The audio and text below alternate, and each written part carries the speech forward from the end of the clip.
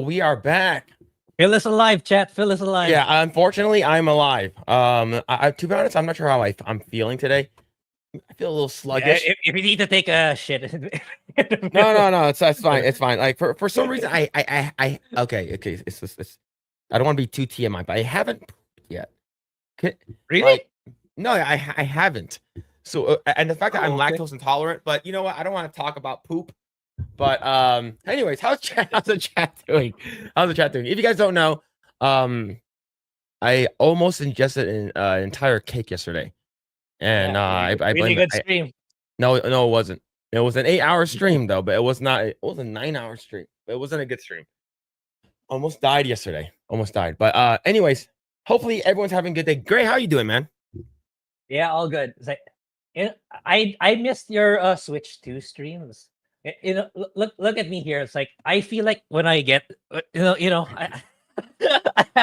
I have a game, but I don't have the Switch 2 because like it's coming on the 26th. Wait! You can buy a game for the Switch 2 about the game came out on the day itself, but the unit comes on the 26th.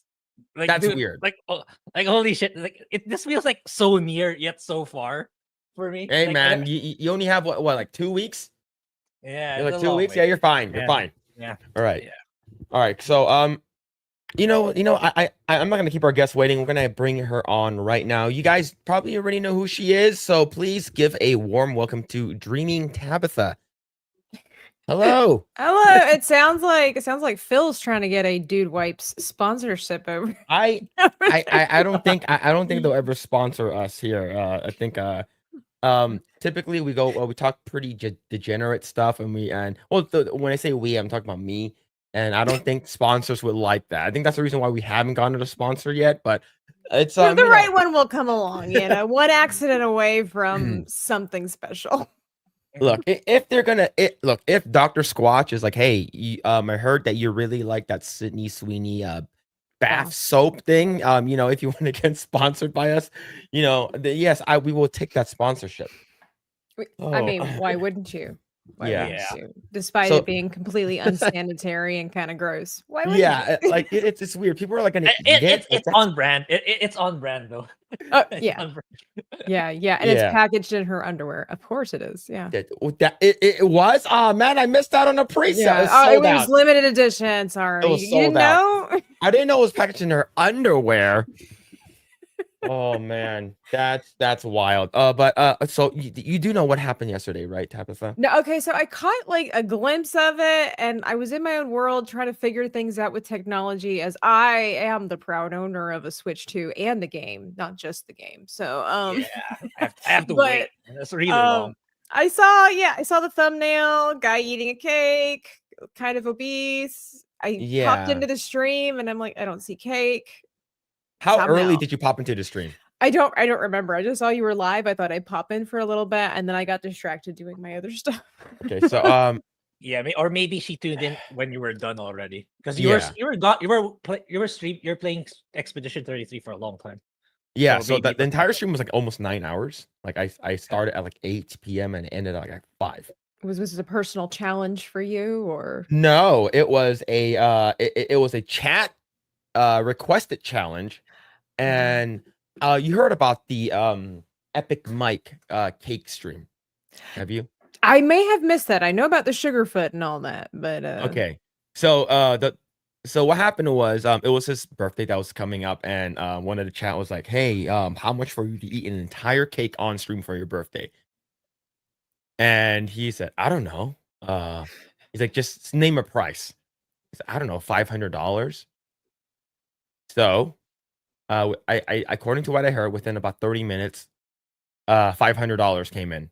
Of course. And Josiah Rises put in 250 to make sure that he would eat the cake.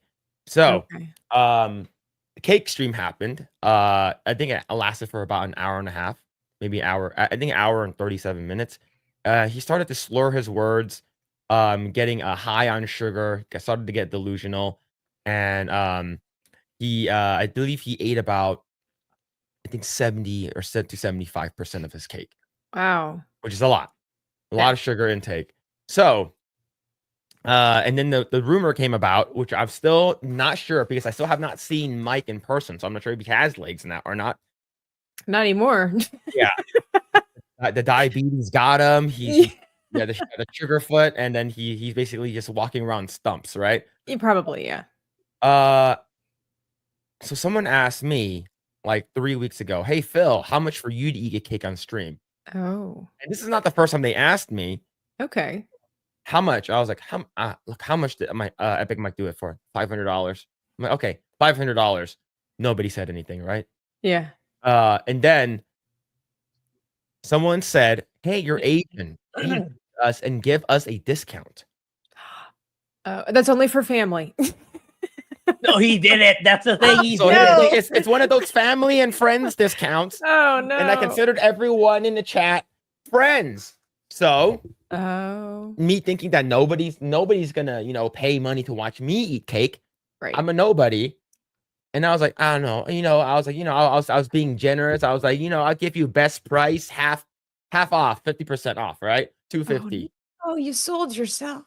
Oh. Yeah, and then Legendary Scrubs dropped $125, and I didn't know Josiah was also watching, and he dropped the other half. Of course he did. And then he's like, all right, there it is. Now you got to eat it. And then yesterday was D-Day, which is very fitting for the cake stream. Right? We got the soldiers storming, the beaches of Normandy, and you did your part for the country. Yeah, and then for me, I got me being semi-lactose intolerant, got some cake that's storming into my mouth, and then potentially, hopefully, leaving some weird, some weird dark areas. And I did it yesterday. And, so you finished the whole cake?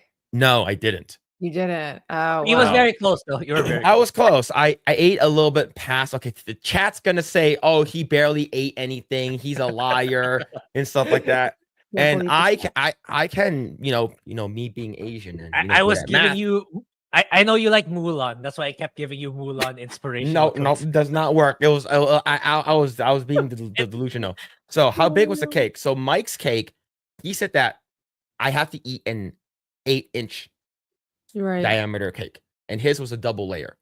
Right. These were the details I wanted to know. Like, what kind of cake we talking about? So I'm not sure what exact cake he got, but he had a lot of icing and piping and stuff like that, and his cake was really good. So I was like originally thinking about getting an ice cream cake.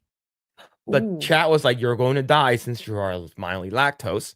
But I was like, if I can let it melt, I could drink it. Right.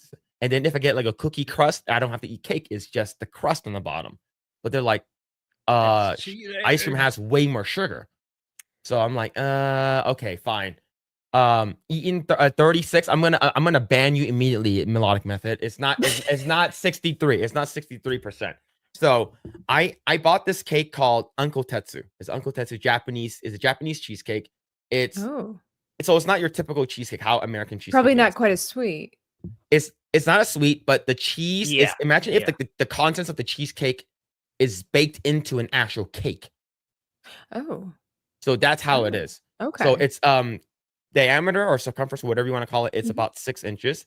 If I get 2, I feel like it's not fair to Mike because I cheated. Right? That'd be if I got 2. So I got 3. Yeah, but you did it for half the price. They said that the chat was like, it doesn't matter. You have to eat it. You already gave us a discount. We paid for this entertainment. The other side of the argument is he allowed to give that discount. Yeah, it's true. He allowed it. To be So I felt bad. So I was like, okay, instead of getting 2, I'm gonna get 3. And so I bought 3 cakes, and this cake it's not frosting. It's just the cake by itself. Okay. So I was like, I have to make this fair. Me being Asian, I want to do this right. Right. And so I bought honorable. frosting. Yes. I bought frosting, and my wife, my wife basically put the frosting on top of it. No. So I told her to put frosting in between each of the cakes. So there's frosting in between, and then frosting all around it. So it was about probably yay tall, maybe around this tall, but it's 6 inches. Is this stream available to go back and watch? Unfortunately, it is. Okay. Unfortunately, This is on. Is it on this channel or No, was I it's missing on- it? it's It was on- It on is yours. personal. yours. It is my own Yeah. personal Yeah. channel. I Alright. would not stoop this low for this channel because Gray's gonna be like, oh, what the hell's happening here? I don't I'm want to just gonna watch like him fast eat. forward it and just find all the highlighted clips of. You Yeah, should you do can- that. Just turn or the watch- highlighted clips of every time you're eating. Or just watch it on like ×2 speed. I don't know. So Yeah, there are a lot of moments. Especially towards the end, there are a lot of moments. So you might as well just fast forward it. Yeah. yeah, Oh my god. and so I ate in terms of the cake. I ate a little bit more than 75%. Yeah. So the thing is about 60% into the cake, the 2 top layers sort of slid off. Well, yeah. I mean, Right, so it slid off. So the cake. So I was like, okay, I'm going to eat the bottom layer because it has the least frosting. So I ate the whole entire bottom layer, and I started eating more, and then the frosting and the other part of the cake sort of started falling apart. And then the were chat these was cakes like, stacked on top of each other? yeah, they were stacked.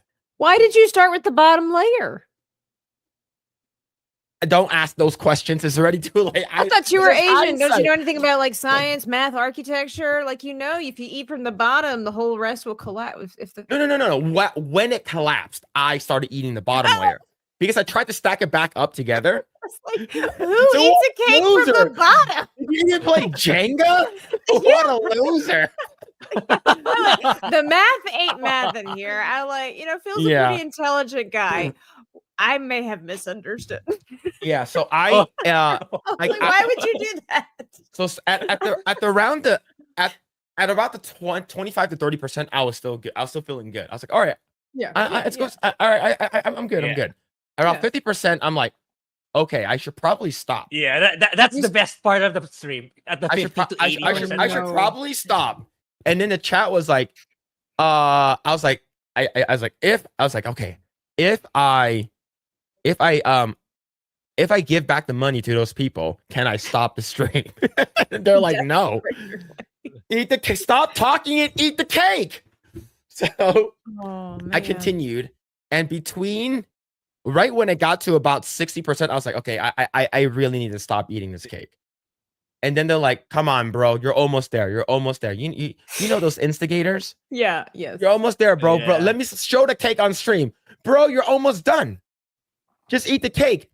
Just eat the cake. And that happened for like the last hour. I was just like stalling. I'm like, okay, I'm like trying to drink my hot tea to make sure counterbalance the sweetness.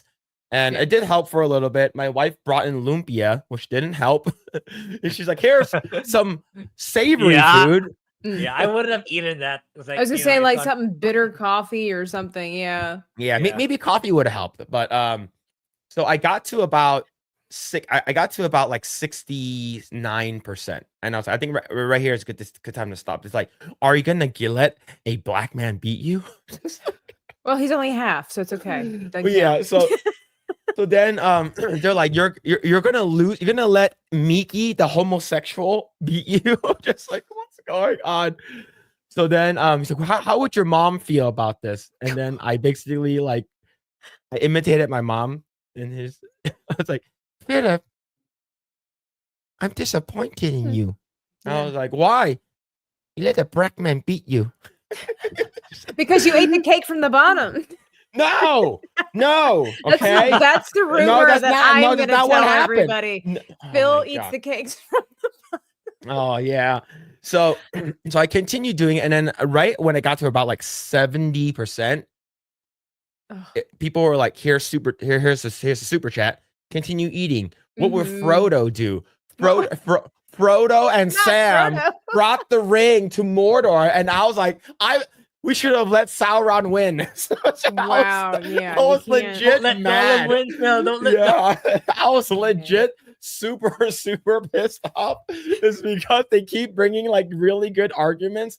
It's like, look, Sam. What would Jesus do? Yeah, it's like I was Eat mad. The cake. Yeah, so wow, that continued until I hit 80%. Technically, I ate like one more bite. That sort of like because I calculated it, how many more bites until I can reach 75. And based on how much I have, it's like every bite based off the fork size which is it's like the big boy fork, so it's a little longer. It's like 3% per bite. So I was like, okay, so if that's the case, then I can get to 75 and I can stop. And then like, bro, just one more. You beat Mike. You'll beat Mike. And then it showed the cake. Bro, that's not even it. You didn't even hit 75. That's like 68.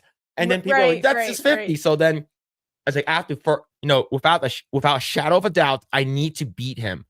Because that's all my wife said. She said, I don't care how much you eat, just beat Mike. That was my motivation. Right. And and maybe because the chat kept wanting me to throw up. They're like, bro, if you throw up, it will be so funny. You have to do it. I'm like, I can't. It's because I would rather eat until I throw up than forcibly throw up because I hate the feeling of that. Oh yeah, yeah. It's not good. It's not great. Yeah. So I got to 80. I got to about like 75%. My wife came in with a trash bag. She's like, here's a trash bag just in case you need to hurl. Oh my, that's a very supportive woman right there. Yeah, Ian. But here's the thing. When she left, she started laughing. So well, So after that, I got to about 84. And then I stopped and then tossed the rest of the cake in the trash bag she gave me. I was like, I can't do this anymore. Right. And this is you're never eating that cake again. Right? Yeah. And then for me, like, I like that cake a lot. And I don't think I can ever eat that cake ever again. Well, I mean, there's certain. Okay, so I looked at your stream, and it was just the one cake that you showed on stream, right? Yes. Okay, Phil, I'm gonna have to just say, because I give you the benefit of doubt, because with the whole lactose thing, but it took you 9 hours to eat that little cake. No. I'm missing part of the story. It was about 2 hours. Yeah. 2 to 3. It was like 2 to 2.5 to almost 3 hours for me to because I was trying to pace myself to not I'm not speed running this cake. Right. I'm not trying to finish it in 5 minutes. So it took me about almost 3 hours. The rest of it was just me playing games. It took you 3 hours to eat that little cake? Yes.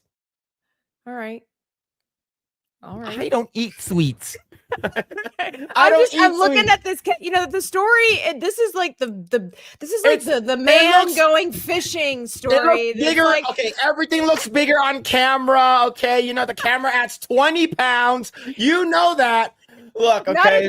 Not in this case. This cake. Yes, it is. Yes, it is. I'm Asian. Everything is bigger. Cake. This is a gender reveal size cake. Okay, you let a woman have this cake, she would have snarfed that down in half an hour. What is the deal, man? This is not a big cake. I need to go see what Epic Mike's cake I'm gonna end the stream now. I'm gonna end the stream right now. Oh man! And I'm like, wait, because the way I was hearing it, it was almost like 2 full-size cakes on top of each other, and I'm like, that's it. This little thing. This is a gender reveal cake. Okay, you listen here. Listen here. It's first of all, it's not a regular cake. Obviously never been a hungry woman. No, I've and if it was boba, I probably would have finished it a lot quicker. Right. Okay, but the thing is, see, somebody says, I'm just thinking the same thing. Nomi would have eaten that entire cake faster. Look, it's cheesecake. It's not a regular cake. It's not a regular. Try a Japanese cheesecake. I would say I'd probably eat one without problem. Entire thing with no problem, with no frosting. But 3 with frosting is quite a lot. And my wife, she blended some kind of mix with the frosting. Yeah. I don't know what she did. Okay, but so she blended it up. Okay, so right. now here's a question. It sounds like you can eat that cake. So when are you going to be doing a cake challenge? Okay, when someone comes in my chat and throws $550. You heard it here. I will throw $550 next stream you go live. Next time you go live, I'm gonna throw $550 for you to eat a 2-tiered cake on stream, and it has to be minimum. I would say probably 8 inches. 8 inches. Make it happen. We'll make it happen. Here's the thing. I think it was for me. It was more of the mindset. That's probably where I failed. Now people are telling me, "Hey, and your digestive system." Yes, yes. They're like, "Hey, the trash bag is still clean, right? That's all there is in a trash bag. Go eat the trash cake." Go I saw those comments. Go eat the trash bag cake. Go back and eat it. The only thing is that I know if I eat a cake like that, like the next week after that, my face will just break out. But oh well, you know what? But $550 is $550. Yeah, like yeah, it is a lot of money. But like, I think at the moment when you're doing it, at least you made a lot from that stream, man. You made a lot. Yeah, like I mean, what is my health and my sanity? What is my skincare routine? You're only gonna do this once, anyways, right? Yeah, but you know, YOLO. Yeah, if she scarfs it down, you look like a bitch. I will accept the loss. I will accept the loss. Oh man! And if I can't do it, I will apologize on every social media platform. I think it's I think it really depends on what kick you get as well. Right, and it has like for me, I'm not a big sweets guy. Right? I do like me a good sweets, but I mean, you know, as I've gotten older, and now that we're all aware of the nasty chemicals that are slowly killing us every day that we love so much, that are in our food, try to be a little more careful with the cake. Yeah, and like if you're gonna do something, it's better the younger you are, the that's the we're no longer 18-year-olds that can just eat. Yeah. It's like what's it called again? This is a girl, I forgot her name. Her name is Kachi. She's like a half Filipino, half white Twitch streamer, and she did a 100 McNuggets challenge, and she's stick skinny. She is like she's stick skinny, and I've seen those women. Like, how do they stay so small? I have no idea. I was actually thinking about this. I think that's more of a fun challenge for me. McNuggets might be more of a challenge for. I would prefer that, over like eating a bunch of sweets. Like I would take more of a savory person myself. Yes. And I think it's in a viewer perspective, it's more fun to quantify because like it's pieces of nuggets rather than like, you know, like percentage wise of a cake. You can't really. Phil says it's 80, chat says it's 69, but if it's nuggets, they know how many pieces you actually eat. No, but see, like the chat likes to egg you on and like, oh no, that's like as soon as you actually get like 73%, oh dude, that's totally 68%. You eat a little bit more, no, it still kind of looks like 69. But anyways, thank you so much for coming on. So, you know, for people who don't know who you are, who are you and what do you do? Who am I? I am Tabitha, Dreaming Tabitha, the artist on YouTube, or an artist on YouTube. And that's pretty much what I do is as I create artwork. I've been on YouTube for several years now, but only really kind of finding my way through and kind of finding a pattern. And of course, because YouTube is ever changing and evolving, I'm trying out new patterns that start out successful and then just kind of go downhill. But I draw, I paint, I try all kinds of different mediums. I've tried sculpting and everything like that, but primarily I've fallen into the booby trap that is digital artwork. And I really love the convenience and the no mess of it. But I will say it still does not hold a candle to traditional fine art. Just there's something about actually feeling all of the materials when you're creating that does make quite the bond when it comes to creating artwork. But I love it. And I've been creating some fun little, like, I've tried my hand at like little comic strips of my gaming streams that I do with some of my friends. And right now, the real Joe Rosie and I are working our way through Split Fiction. And we've had some interesting adventures. Joe has admitted that she's terrible with these platform games, and it showcases very nicely. And it's just been really fun because what's interesting with little comic strips too is that you have to kind of reconfigure the story in order for it to fit, you know, within a certain, you know, if you will, sheet of paper. And you kind of have to rearrange things, exaggerate things, maybe speed up the time frame, and composition's a huge part of it. So it's been a really fun journey to figure out how to simplify a moment basically how to simplify a moment for one page, if you will. So that's just really been fun. Over on my channel, though, I do live streams and I try to have the chat involved in creating. I have this book, this giant book that one of my subscribers gave to me, and we were creating fantasy creatures together on live streams. And then I do trying my hand at pre-recorded videos again. I was doing some art channel challenges, and I really enjoy those, but I've also been trying to branch out, and I've been doing some basically backstories to popular franchises while I create artwork in the background, and doing like the history of Cinderella. I just recently did one for Mission Impossible and Ballerina, the John Wick saga. So it's just been fun. Very cool. So I have your Etsy pulled up. I'm not sure how recent is that kind of stuff. But do you want me to pull that? I'll pull it up, and then unless you want me to, show something else. It's I mean, I don't know if you have like my Instagram or something like that, but like these are some of these are all hand drawn. These are the ones I am actively working towards switching from Etsy to a different platform, but Etsy is still available right now because Etsy sucks right now because of all of its changes, and especially with the rising of AI, it's definitely moved the creative sphere into something completely different than what Etsy used to be. But all of these are hand drawn, and this was before I got into digital artwork. So yeah, they're all hand drawn, hand colored, and I print them out and send them out and everything like that. It's been really great. I fell into chibis. I was never really a chibi person. Obviously, I thought they were cute, but like my goal in life was to be an extraordinary painter, and I've always been a creative person. I love writing stories, and the ultimate goal was, ever since I was 11 years old, was that I wanted to write books, write stories, and then do the artwork for them. And that is actually right now what I'm actively doing. And all of my creations that I'm working on have basically been practice sessions to lead me up to where I want to be. And so I started drawing cheap. I fell into it. I don't even remember how I started. I just figured I'd give it a go, and honestly, I just fell in love with it. And it just kind of goes to show that excuse me, doing something different can be very beneficial for you, and it also takes you out your comfort zone and can lead you to exactly where you need to be. And sometimes where you need to be is not where you thought you would be.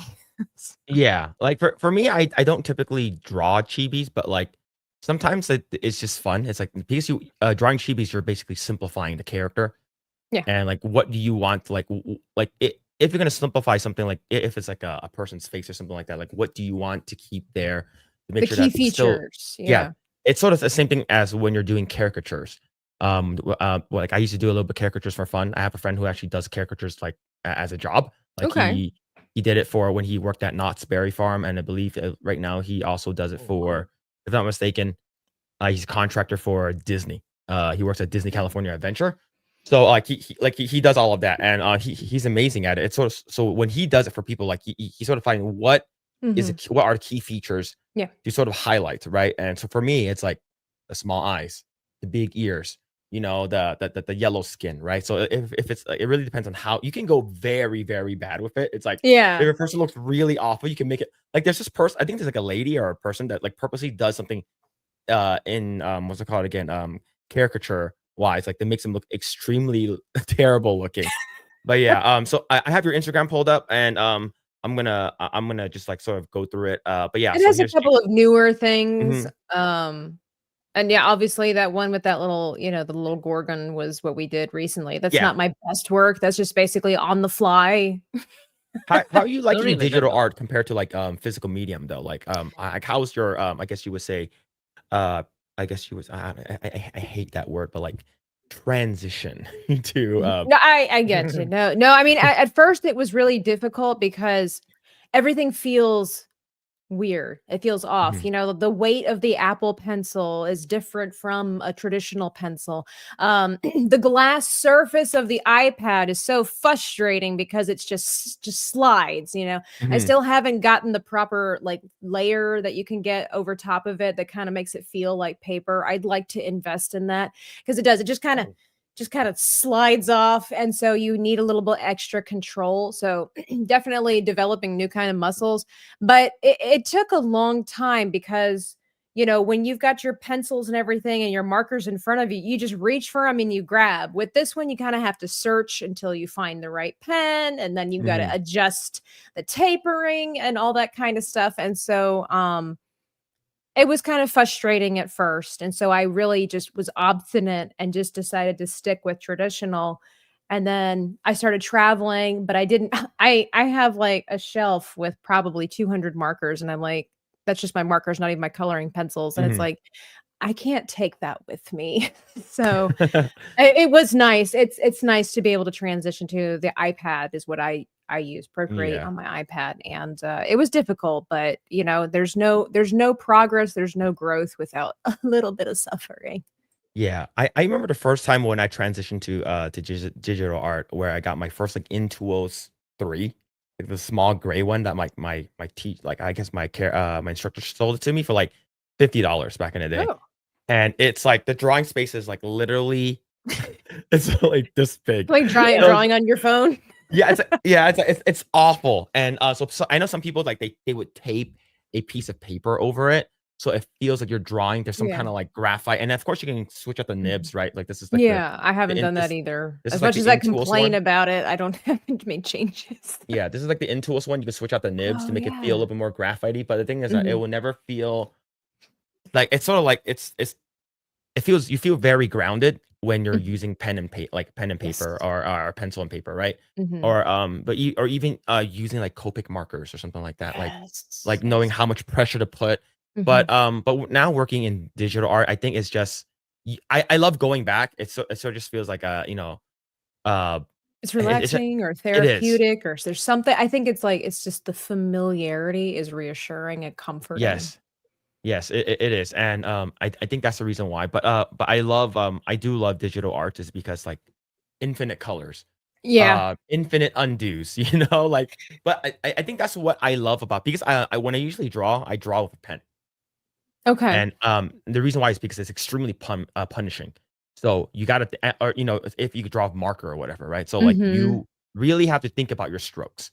Like if you're gonna draw something, if you mess up, it's there. There's no undo. Yeah. So I think that's what I really, really enjoy about it. But yeah, this is great work. I'm gonna continue scrolling down on your stuff. This is awesome. The more recent stuff, like if you go back up to the After the Gorgon, that would be my more no, down one. This one. Yeah, those are my more recent, what I've started learning to do. Okay. With yeah. So I'm really happy with that one. Like I said, kind of creating these little comics and just kind of learning. I'm very much a blender. So that was the other thing too. I'm trying a new art style with kind of just the cell shading. Again, just I'm not a simple kind of person. I love extravagance when it comes to artwork. I love blending. The more colors, the more all of it, the textures, everything. I want it all. But sometimes learning to tone it back, and just like with the skin color, I really right now I'm just using 2 colors when I'm creating my characters. The hair, I'm just using 2 colors, unless including the outline, and that's difficult for my brain to comprehend. But I'm basically training it to say, hey, you can get a lot accomplished with very little. And just like you were saying, it's like finding what the fun. It was so fun creating like Sevi's character there, because it's like, yeah, what do you pick? Because chibis all pretty much look the same. How do you make each character look individual to the person you're trying to create? So she has a very distinct nose. And I typically go for eyebrows and eye shapes. Like that's usually where I go, because everybody's got a certain kind of style.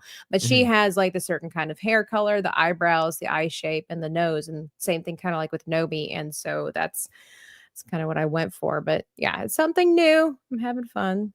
Yeah, like for the character, your male character over here with the hat. If you check out like it's a good way for you to actually do this, is because that's what they do in animation. At least for American animation, it's usually they draw the character and they paint bucket the character, and then they just do one shadow like over it, right? So it's easier to animate, right? And you can go a step above that, but it'll require a little bit more. But it's usually the simplicity, and it's all about the character design.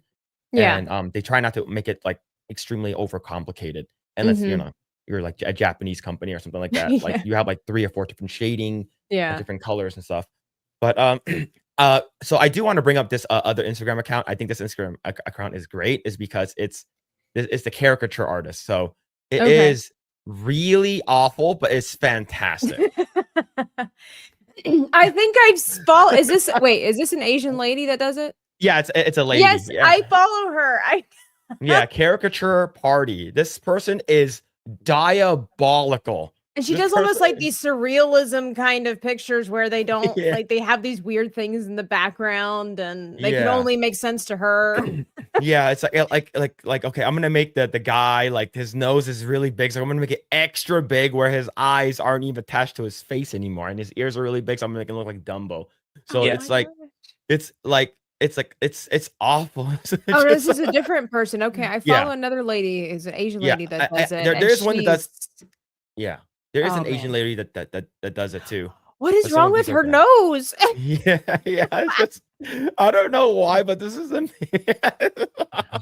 is that? Oh you cannot be soft. You cannot be a soft person when it comes to your age, your gender, your nationality, ethnicity, however you want to word that, because if you get a good caricature artist, they are merciless. Yeah, they just see what they see the world completely different than the rest of us, and they will amplify whatever it is that sticks out the most about you and do the dumbest thing to it, and you got to be ready because your feelings are about to get hurt. yeah, but I love these. These so are funny. Amazing. So now I do want to another question I do want to ask is what prompted you to start your YouTube journey? Gosh, everybody was doing it, and because this was like, oh my gosh, what was it, like 7 years ago, I think now, everybody was doing it and it was kind of easy. This is still, was it seven or so years ago, when, at least in the circles that I traveled in before I knew about circles on YouTube, it was just like people, it was like a hobby, right? Before it became too professional, like everybody kind of had one and they were using it for stuff. And I'm trying to even remember what my life was looking like 7 years ago. I think I was also, I kind of had a boring job. And, it's one thing about creating artwork too, is that even if you're not trying to show off, you still want to show it. Right. Excuse me.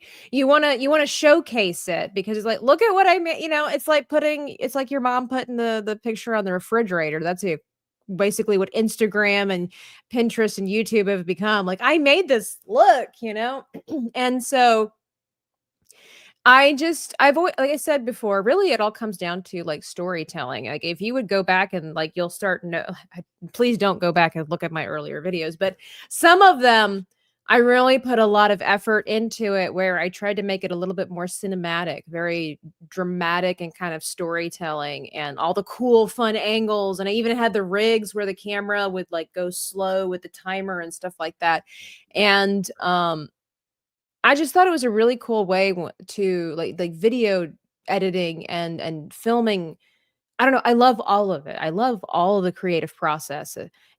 And so being able to showcase my artwork while creating art, if you will, at the same time through video was just very appealing to me. In the beginning, I had no idea what to do with the channel. I think my first video was just like, oh, here's basically a terrible drawing of Toothless with paper that was from Ross with my first Prismacolor pencils that I had gotten for Christmas. And I was just talking about what I did not know what to do with the channel. And eventually it was just like, just do what you do. And my artwork, I'm not a professional artist by any means. I am self-taught. And it's basically been a journey of learning how to be all over the place to try to get to where you want to go. Yeah. And especially with the, internet being what it is now, it's like, yes, you don't need to go to school. Like I have friends who would ask me, it's like, hey Phil, you went to college, right? I'm like, yeah, for art. I'm like, yeah. And it's like, is it worth it? I'm like, well, it really depends on what you want to do. But in my opinion, Now, probably not. You know, like unless you want to get stuck with like a $100,000, like student loan or something like that. Yeah, now more than ever, like it has to be like if you want to be a doctor and accountant, yeah, definitely go, or engineer. But if it's like outside the realm of getting a licensure, you don't really. I wouldn't either, especially raking in all that debt, or at least be in a country that you don't have to rake in so much debt to get a degree.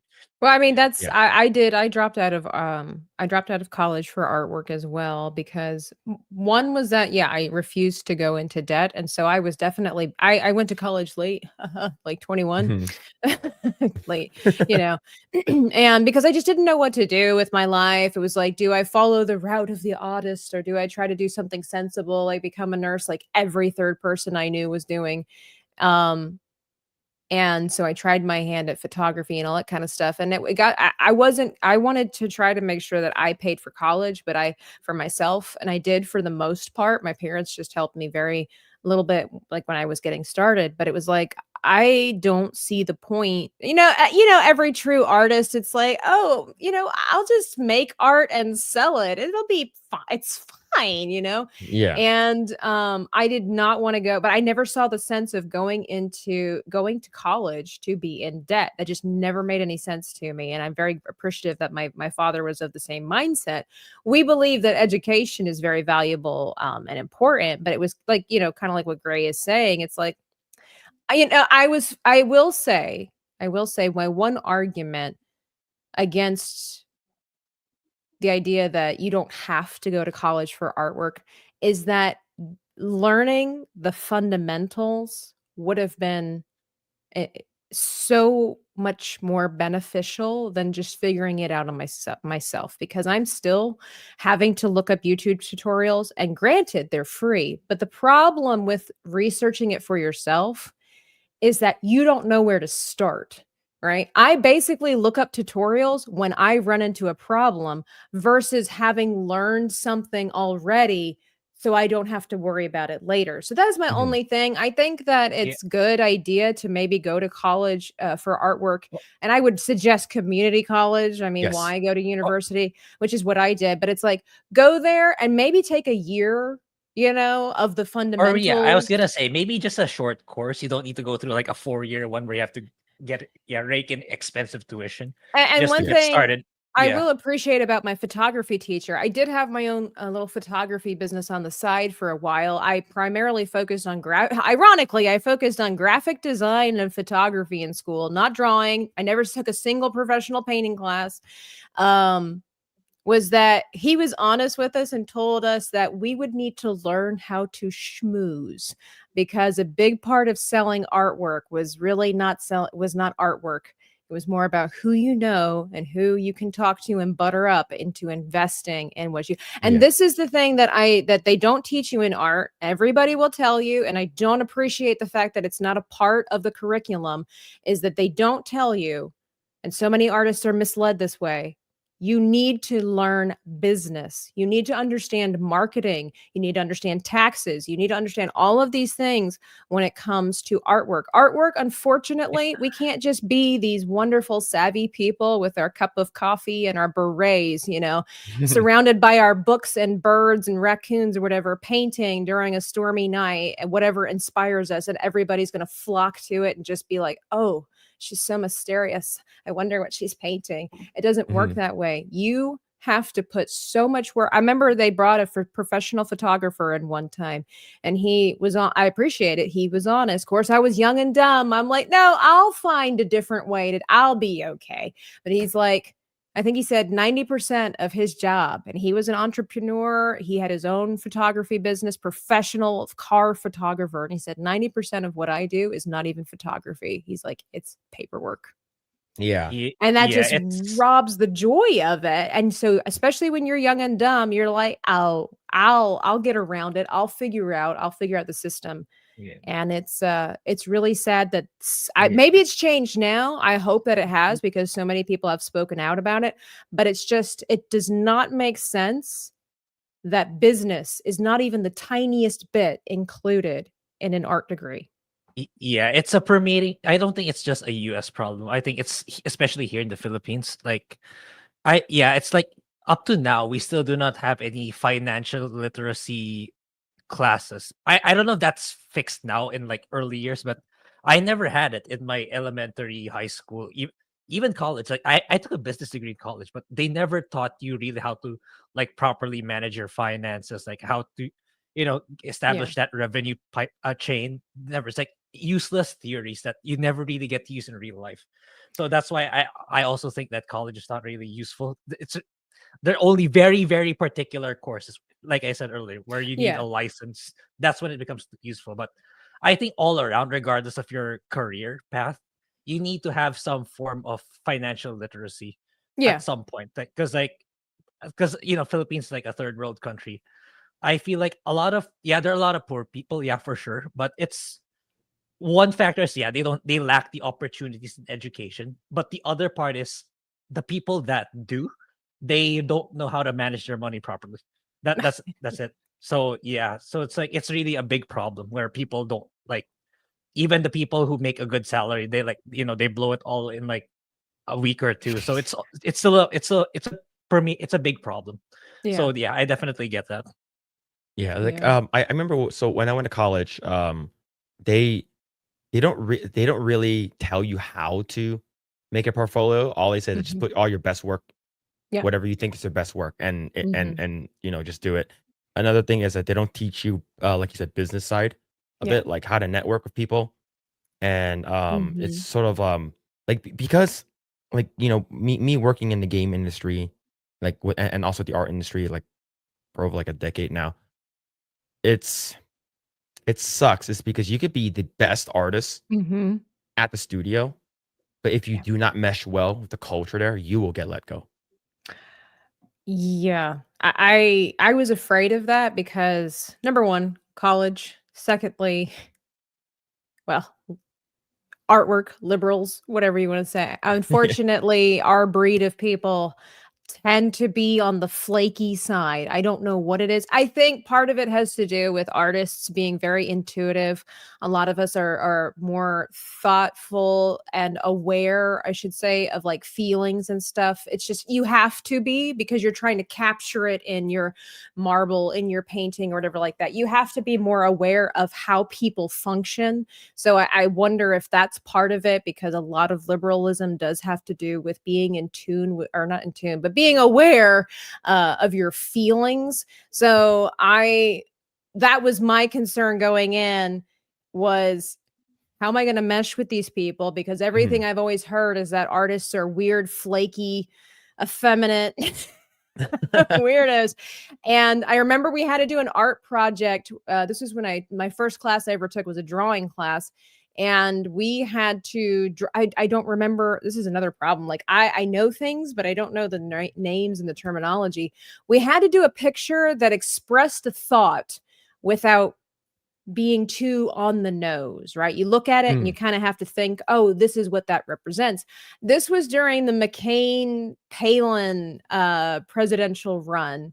And I decided to do a dog with lipstick, and it had the stars with the Save Tibet rays in the background. So I try to make it look patriotic without being American flag, And so it was the whole, because she ran Sarah Palin whenever they called, either she called herself, it was a while ago, man. She was either called herself or they were giving her the name if she was like a pit bull with lipstick or something like that. And so that's what I drew. I drew a dog and with lipstick and stuff. And my teacher came around. Loved my teacher. Okay. Amazing teacher. Hippie to the core. Like the epitome of being an art teacher. She came around though and she was like, she's an idiot. You're like, this is not the assignment. It's like I don't care about your politics. How do you think? What do you think about this? Hey, I got an A, so I appreciate that. But still, it's like, are you just gonna put me on the spot? Like, I don't. What do you do? You're young. You just do what you're feeling. Yeah, you just do it. Works. And actually, it's funny because that was around the time that I first got on Twitter. And it was so cool because, you know, you could actually tweet at celebrities and they might respond, right? You could actually have a one-on-one conversation with a celebrity. And I remember tweeting Sean Hannity of all people. And I said, I am going to college and I'm kind of scared about all of the liberals, something along these lines. He actually tweeted back at me and basically said, well, he said, you either man up and just stick it out, or you just give up and let the liberals win. Yeah, that's actually good. Yeah. It's like, it's a cool, like for me, I think it's, like with my art, I don't really care what I do. I just, whatever makes me happy. And then like, and then all of a sudden you get into deviant art and then you get commissions doing weird bondage stuff that I don't want. So that explains so much about Phil now. Yes, it does. Yes, it does. Let's see. The Fantastic Sarcastic says, I have a piece of Tabitha's art. It looks great. He does. Thank you. Yeah. But yes. Let's see. Let's read some super chats to see. Hello Ninja with the 2. Thank you, man. Hello, fellow Eggrolls at Men of Culture. We meet again. Thank you so much for the 2. Deranged Lunatic, aka DL with the 199. Say, Tabitha, isn't it almost your bedtime? What is a bedtime anymore when you become a streamer? What's bedtime? Yeah, but thank you so much for the 2. See, Scattered Night with the 2. Hey, Phil, Grae, and hail chat. Yo, thank you so much for the 2. Scattered Night, thank you. Yo, Justin Martins with the 10. Thank you. Phil was a champion, but Miki put Miki to shame. Plus, now we know he can be bought and peer pressured. Both good things to know. It's true. If I'm gonna do a challenge in the future, it will have to be savory food. I prefer a savory food challenge. Maybe the nuggets challenge. Deviled eggs. Yeah, like someone asked me if I would do like balut. Oh. And I was like, Grae would do it easy. For me, I was like, yeah, that's easy shit. Yeah, like I was like, I would do like 2, maybe tops. Have you ever had one before? Yeah, it's not good to go like 1 is already like good enough. Like 2 and beyond, it's like I think that's more devastating than eating an entire cake. Actually, yeah, it's like biting into an egg and there's crunchies and there's feathers and. It's a chicken fetus, for those that don't know. It's a chicken fetus. It's still on the egg. Yeah, it's a delicacy. Okay, that's what my mom says. It's very expensive. Why don't waste money?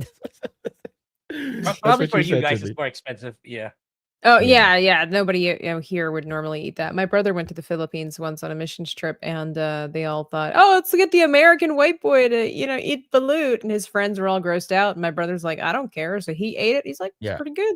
And it's a it is. It's a duck. It's the one I ate was a duck one. Oh, okay. Yeah, it was duck. Yeah. But thank you, Justin Martins, for the 10. DB Wild with the 5. Despite the pain and whining, he did well. Although I can't count the number of times he took his last bite from chat pressure. Yeah, that was like my wife was like, "You said last bite, like 11 times."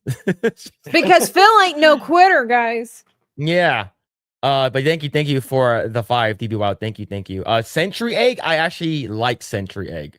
Have you seen it before?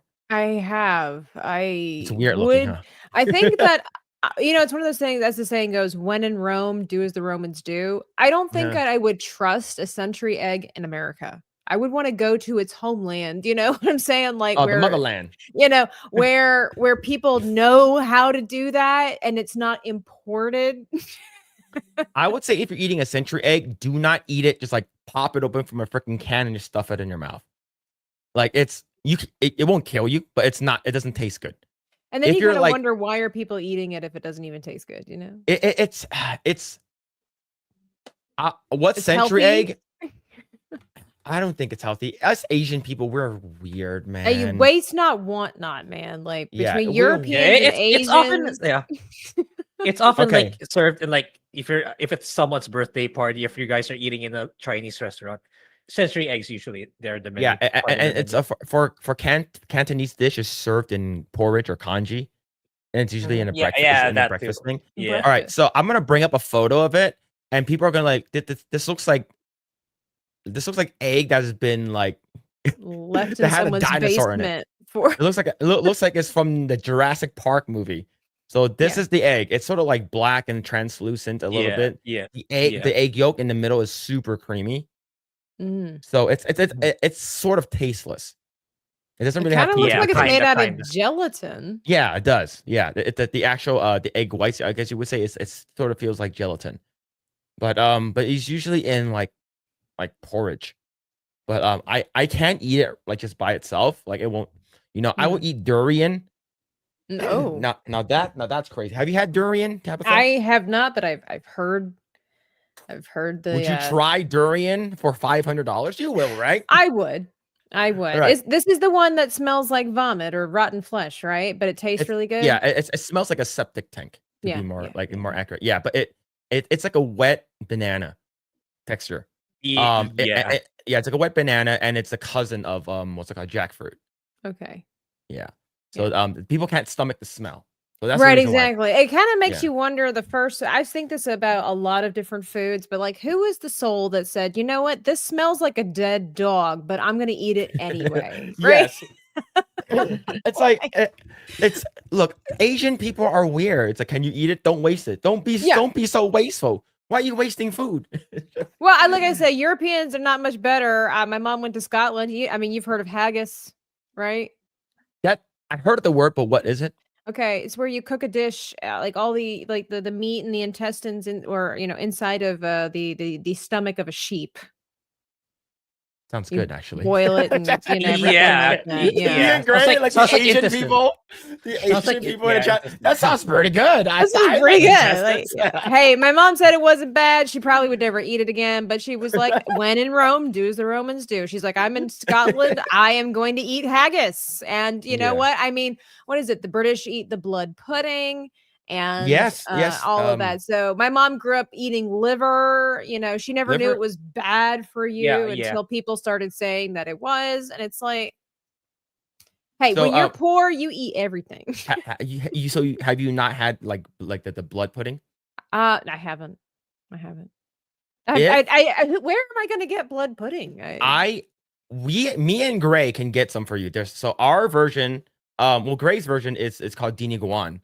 So a great, how would you describe it?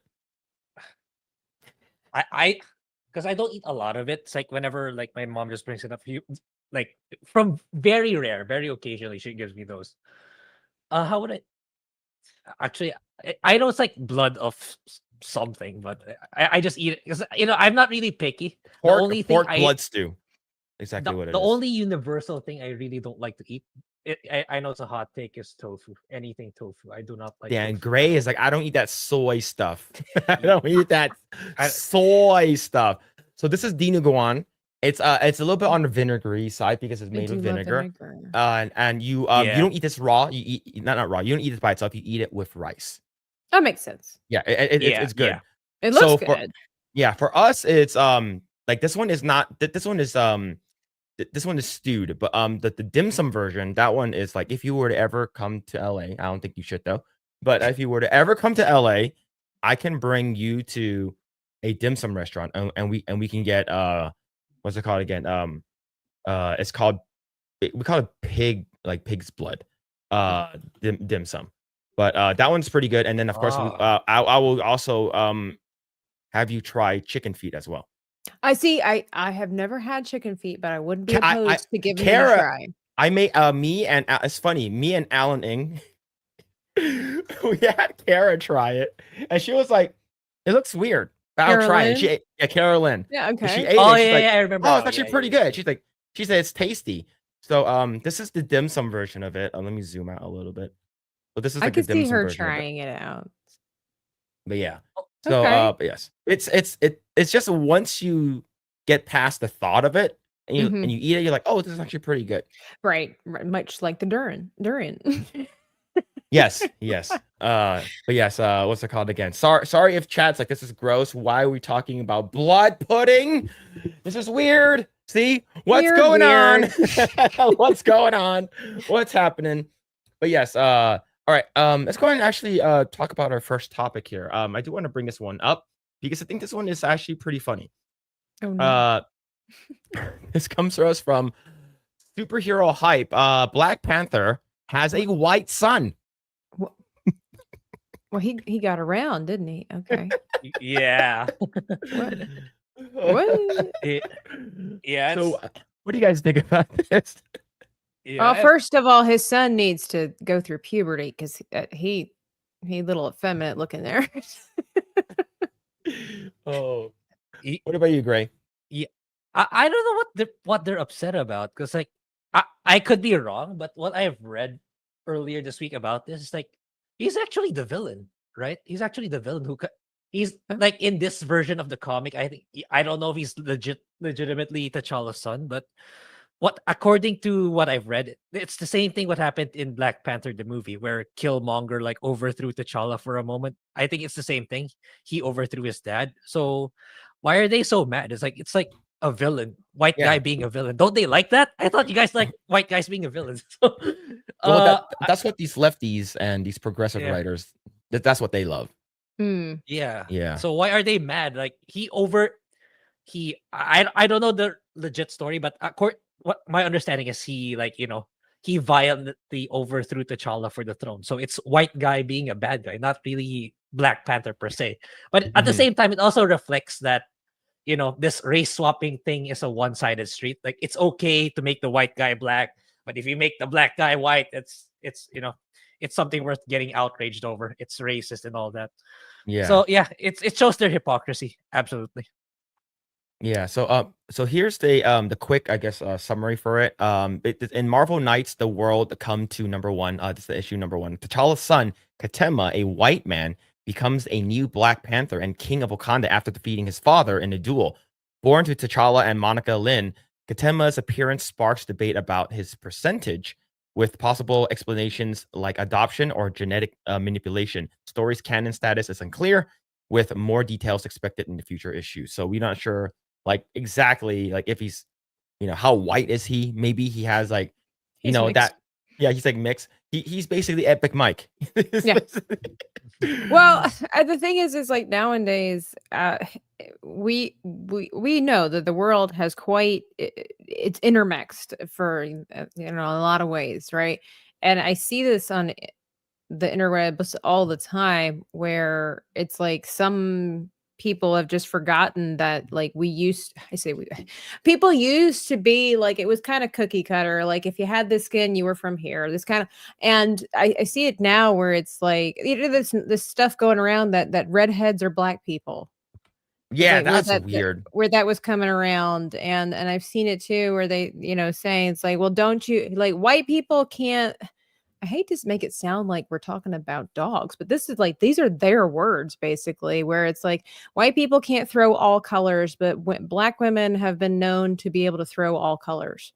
And it's like, it's not exactly how that works. It's like, again, with the genetics, it's like, yeah, there's got to be somewhere, somebody in the background there that's like, coming through. So I'm a little bit confused with this, but like at the same time, it plays this weird thing, because it's like, again, you could have people who are of strong African descent, but they have pale skin, blonde hair. Yeah, the South Africans, right? Well, not even just South Africans, but it's because of all of the intermixing and everything like that, interracial, marriages and all of this kind of stuff. And it's like, so making it seem like, so then it's like, what is the problem with this boy? Like, why is this an issue? Why is this even a talking point anymore? If we're all, if we can all be, it's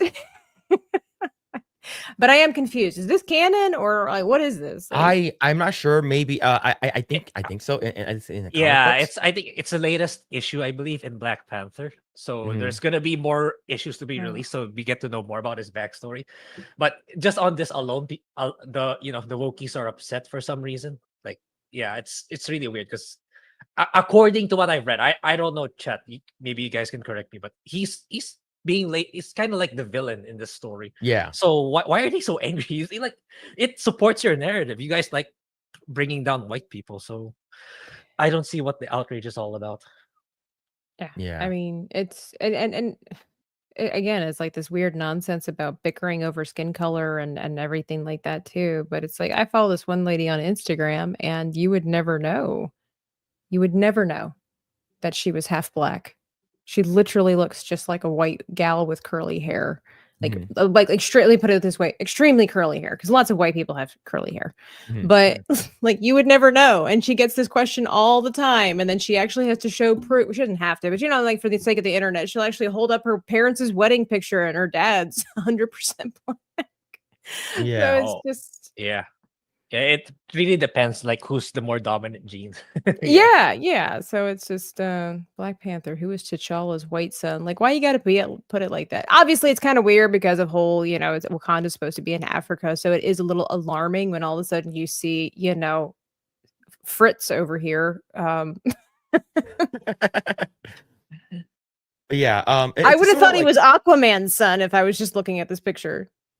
Yeah, it's the thing is that it's sort of like it's a skin condition, which is like an autoimmune condition for I think some black people, some other people may have, called vitiligo, right? Vitiligo, yeah. So I have a friend, but white people have that too, who's black, but he had most of his body is white because of the vitiligo, right?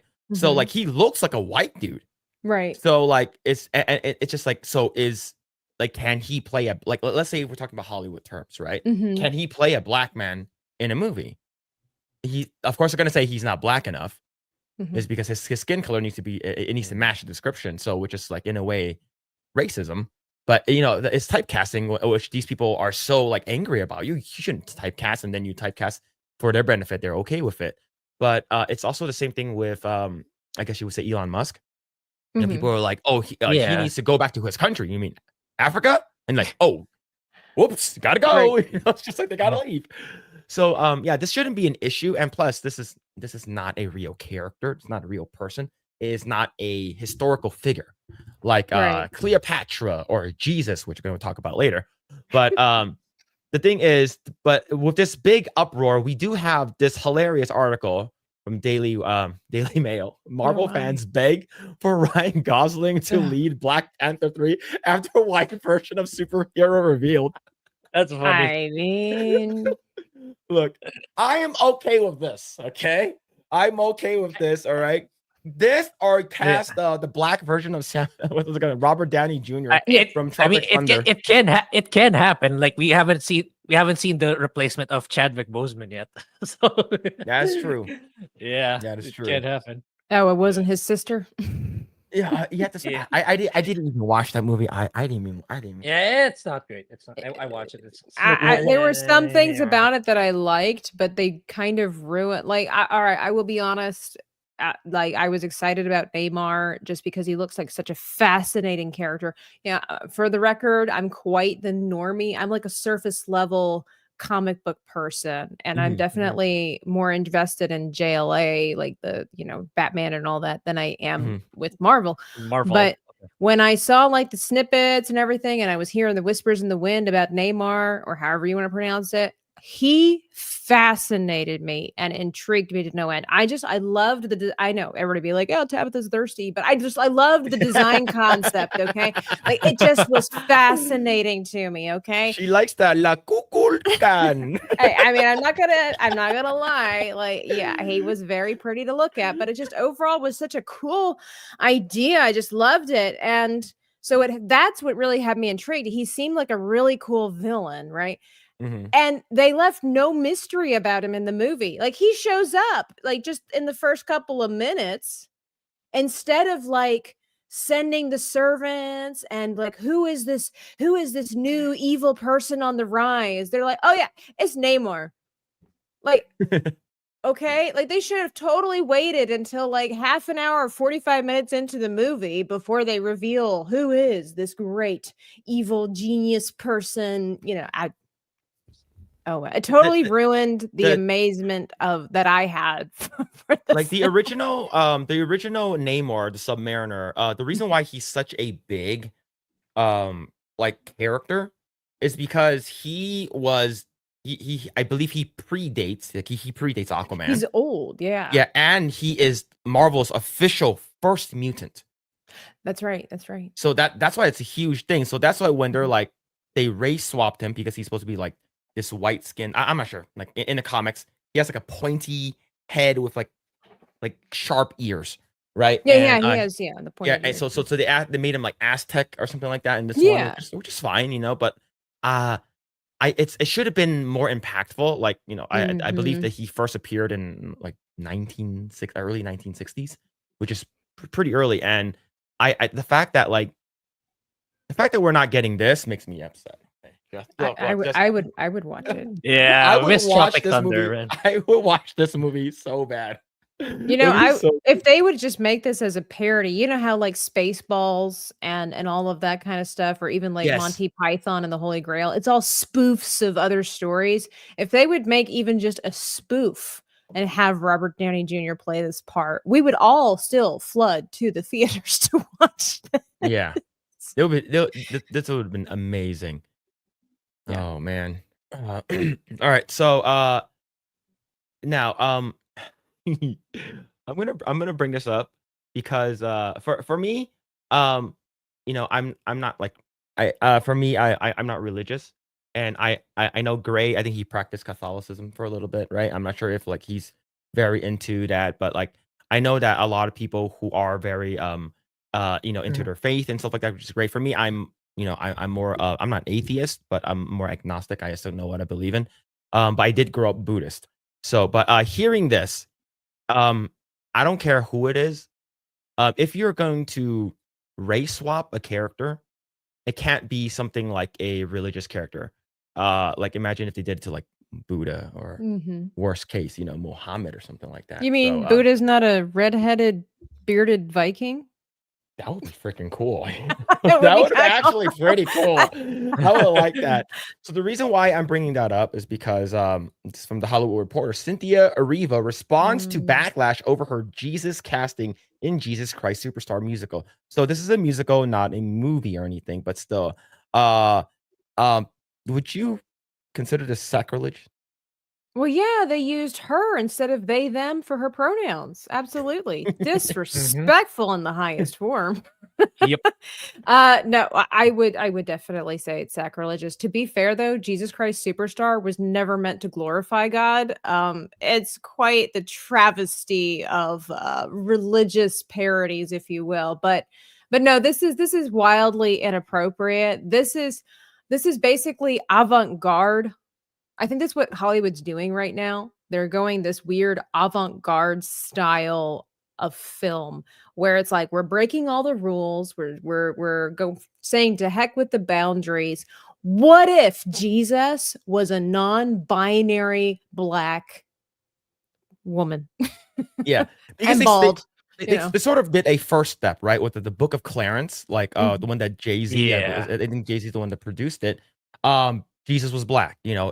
And you check the hand colors and stuff like that. I didn't watch it, but like we got a lot of backlash for that video.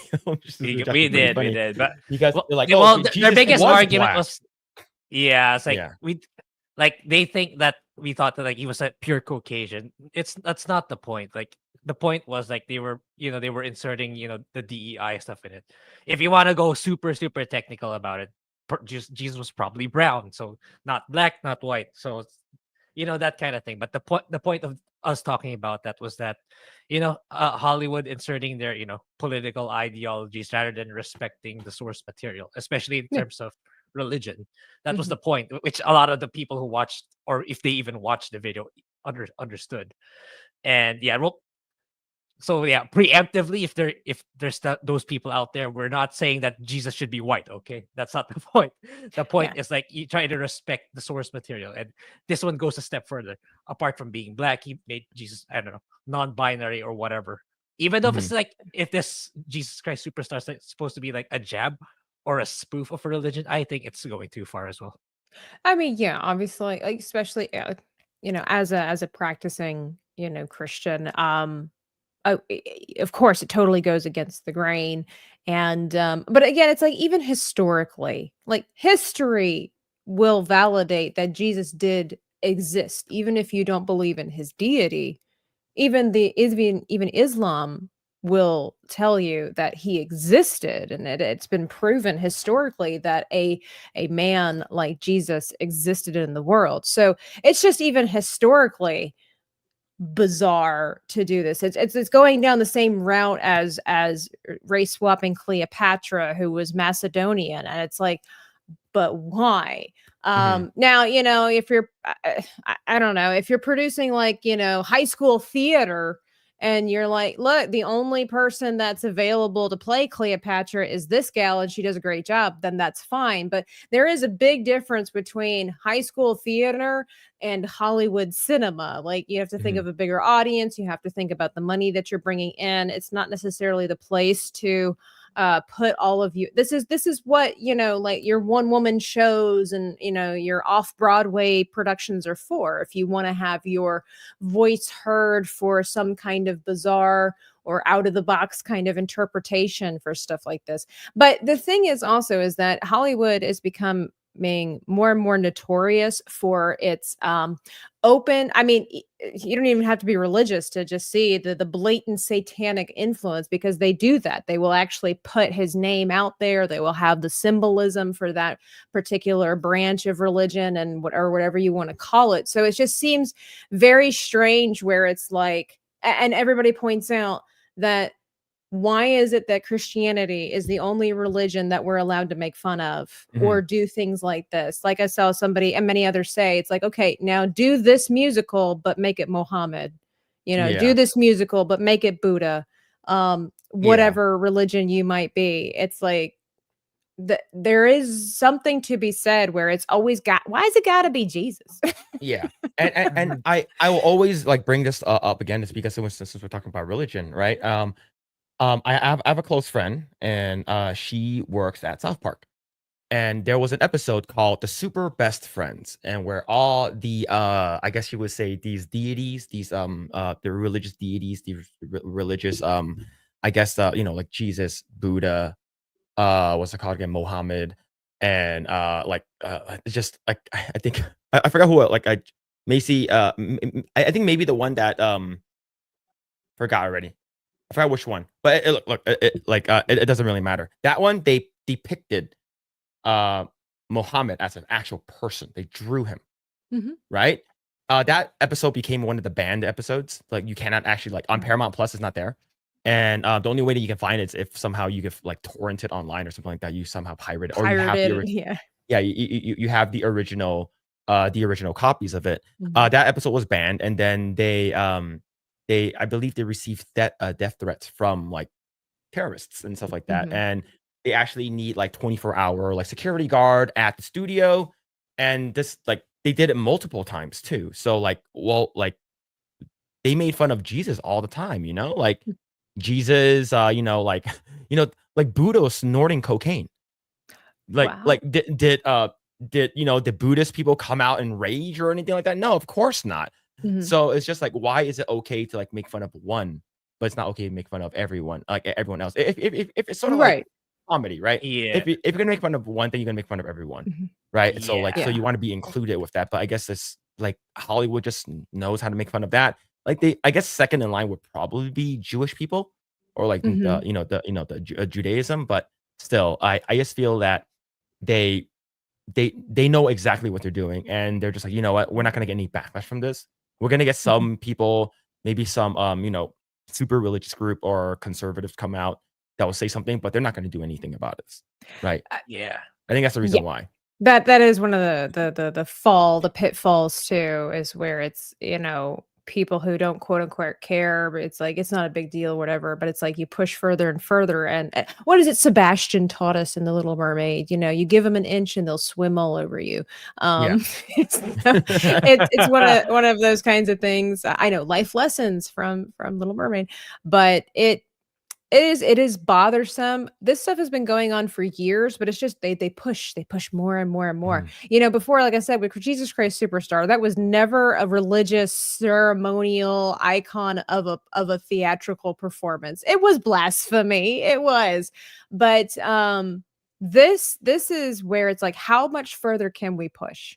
It's like, it's not just about making Jesus the sing-songy, which I don't think Jesus has a problem with people singing. Of course not. But like, you know, like I said, the story of Jesus Christ Superstar, isn't that the one where he like has a love affair with Mary Magdalene and all this kind of stuff like that?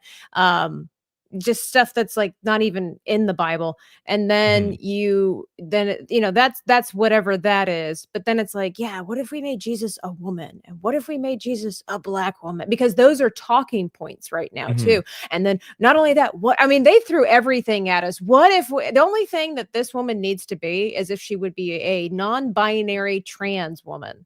Yes. Or whatever that is. That is the only ingredient missing for this to be the coup de grace of talking points. But they did the best that they could with, I will say, a phenomenal actress. I mean, I guess if you're going to play Jesus, you might as well be good at your job. But yeah. But this is this. I hate this for the actors too, because they are so manipulated and brainwashed. They don't even have, like, a lot of these people don't even seem to have two of their own personal brain cells to rub together when it comes to making decisions. Like they just do what they're told. And so it's really sad to me that the companies are using Cynthia Erivo as basically a talking point to push forward and just see what happens.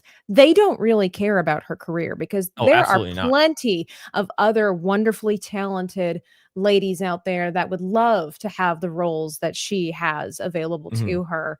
And they can easily find a new one. So it just kind of saddens me that they will take this very talented woman and just basically put her in the targeting area and just say, hey, let's make this and see what happens. Yeah, and this isn't going to make bajillions of dollars. Yeah, and we do know that people are going to bring up, well, Shakespeare had men play women parts, or that was okay back in the day. It was because women weren't really allowed. They weren't allowed to be in the theater. I'm pretty sure those dudes would have rather played them. Yeah, absolutely. So to summarize this article, basically, her being, her big role is basically playing Wicked. Elphaba. You play Elphaba and Wicked. I did not see the movie, and of course, I did watch the musical 4 times, so I do know my way around the Wicked stuff. But she basically said, "Why not? You can't please everyone." She also said that the musical is the most inclusive nature, calling it the gayest place on earth, and has expressed her excitement for performing the songs.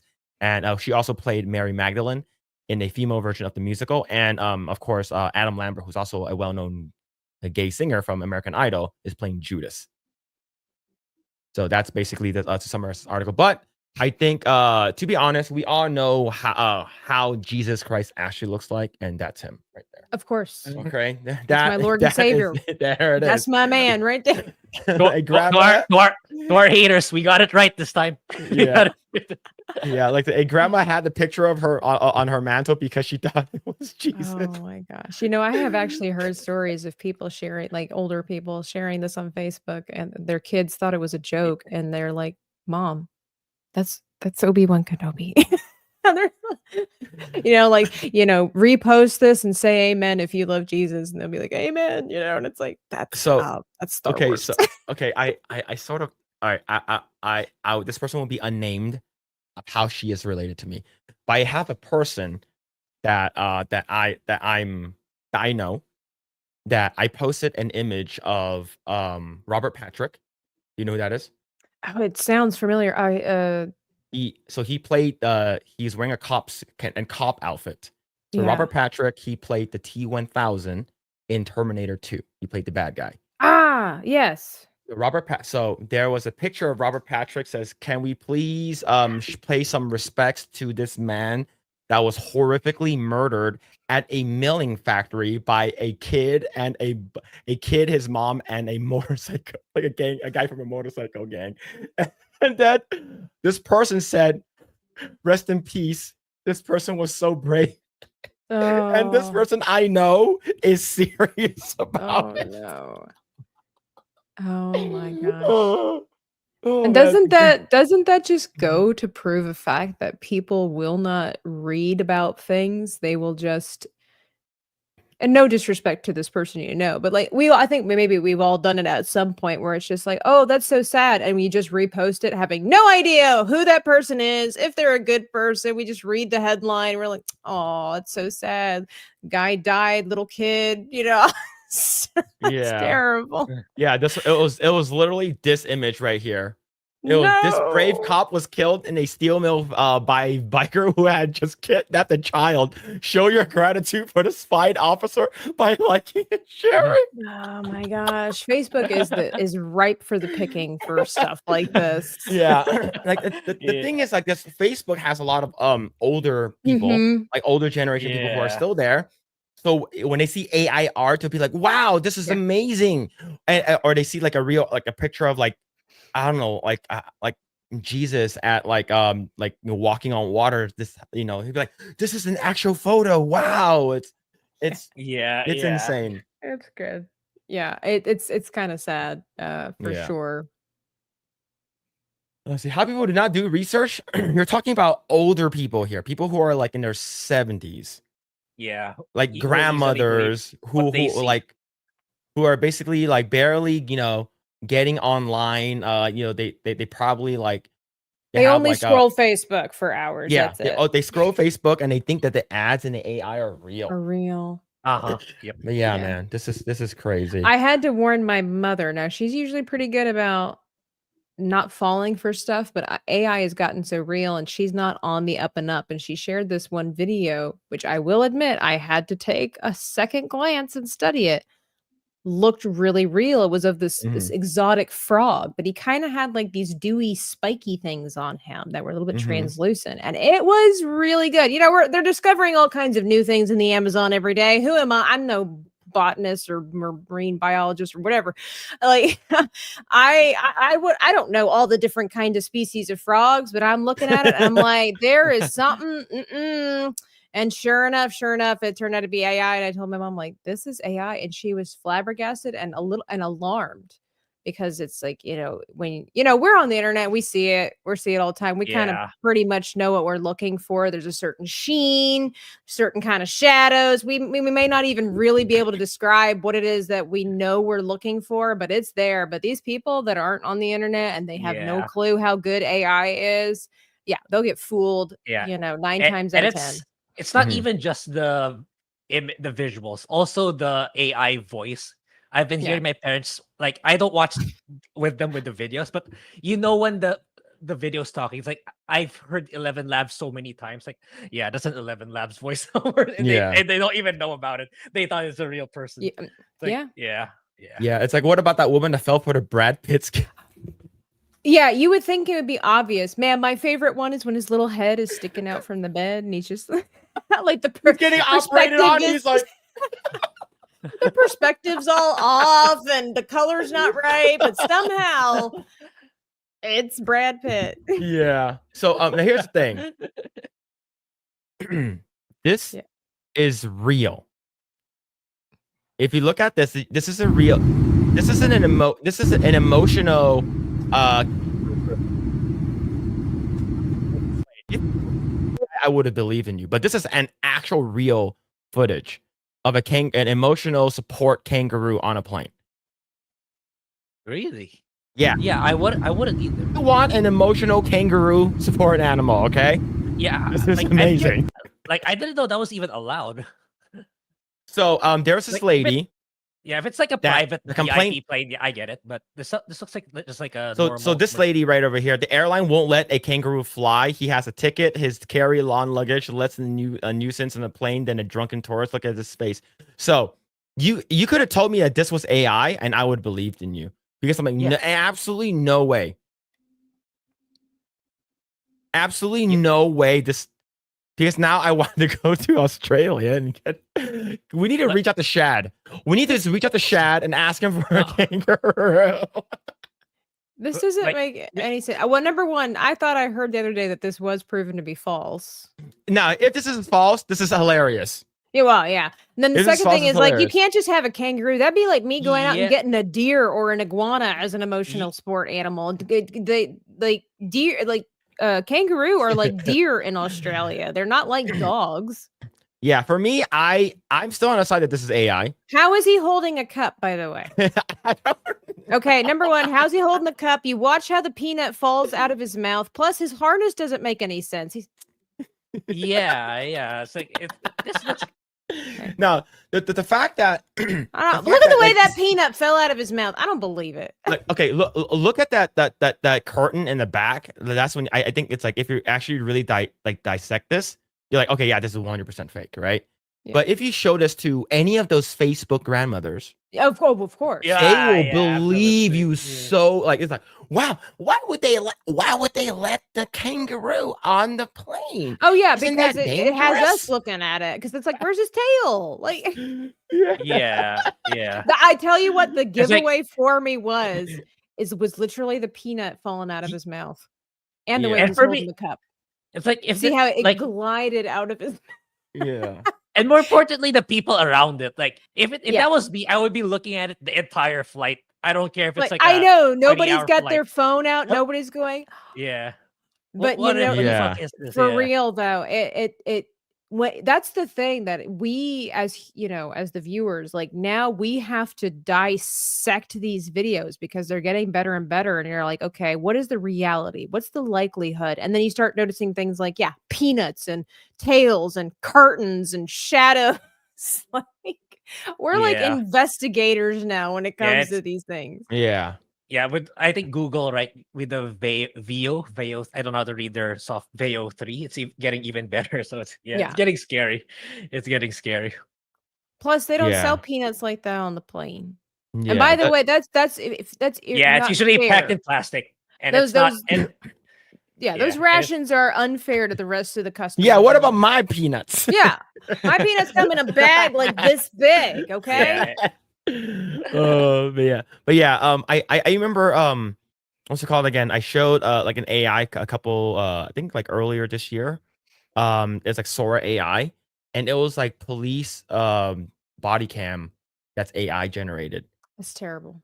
Right? So like let's say that means that let's say if you're in a court of law, someone said that you did something terrible and we have you on police body cam. You're gonna need a person to dissect that, or maybe AI to battle AI to see which one if it's actually fake. Oh yeah. Right. So it's a scary time that we're living in. I know that we're like messing around with the AI stuff with like the whole Ghibli art and stuff like that. And of course, like, you know, how would Miyazaki feel about this? You know, the soul, the life and soul of the the art is gone. But I think ultimately this is what's it called again? Something like this is like super wholesome, but like this will also trick a lot of people with this AI stuff. Oh yeah, for sure. It gets to be to where the one of the sad things about AI videos and pictures and things like that is that it's making us, you know, there's already enough distrust in the world for your neighbor across the street because of everything that's happening in the world, which is sad. We're having fewer and fewer interactions with people in the real world and everything like that. Now we have to question every picture and every video that we see. And it's like, is it real? It's the freaking blue gold dress thing from what was it, 2016 or whatever it was, all over again. But now it's with AI. It's like, is this a real kangaroo? Where's all the? And it's like, we can't even look at pictures and videos anymore without breaking into a fight of like, is it real? Is it not? It's kind of, but I will agree. Like, of course, you know, for myself, I should say, I'm not necessarily for it as a whole. Like I think as a whole, it's a downgrade of society, but there are some benefits in you know to it, and it does create some funny videos, like the ones where they take people and they turn them into babies. Like, have you seen all those Trump baby? Absolutely. Oh, it's terrible, but it's so funny. So I'm not sure if you guys saw this. I shared this on X, and I think this one is this is crazy. What if religious stuff were like were influencers? Have you seen this? I've heard about it. I've not seen it. All right, let's watch it together. Let's watch this together. Yo, fam, they don't know that God is about to BRB. These Philistines thought they could flex on me. Big mistake. I just took some pre-workout and finna bring the house down. That's good, fam. Your boy David here, about to yeet this little stone at Goliath and see what happens. Okay, so I told y'all to trust the process, but no, y'all wanted to stay in Egypt stacking bricks. Yo, it's Shadrach. This random dude just showed up. It's getting lit in here. I got the horses in the back. Horse tack is attached. Hat is matte black. Got the boots that's black to match. Day 2 in the tomb. No Wi-Fi, no snacks. Just kind of waiting for God to respawn me. You know I'm a daddy's boy. He's got me in this Technicolor drip. Brother's so jelly right now. They're looking a little sus. I'm supposed to say that God got me pregnant? Yeah, there's no way my parents are buying this story. I would like to formally apologize to God, the sailors, and this whale. Sorry, dude. I just took a poop over there.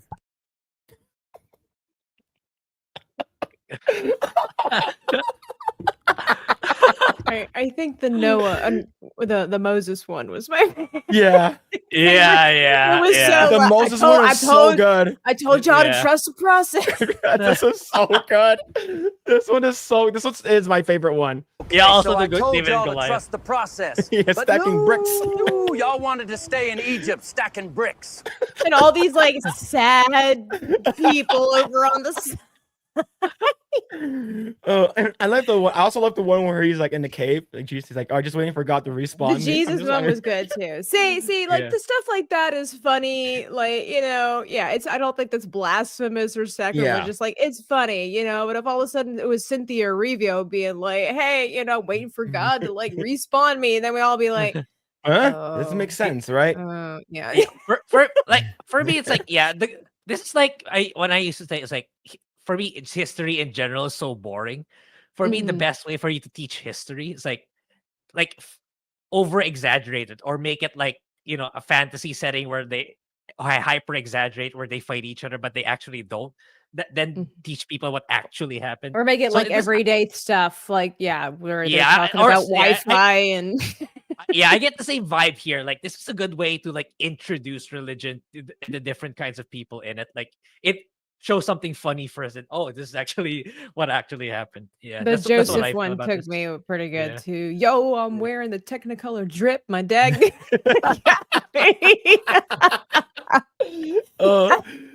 See, all we're missing is like Skibbity, like Riz, and like Bet. Like those are the three. Like for me, drip came in and like people started using it. That's around my age. I'm like, I know what that means.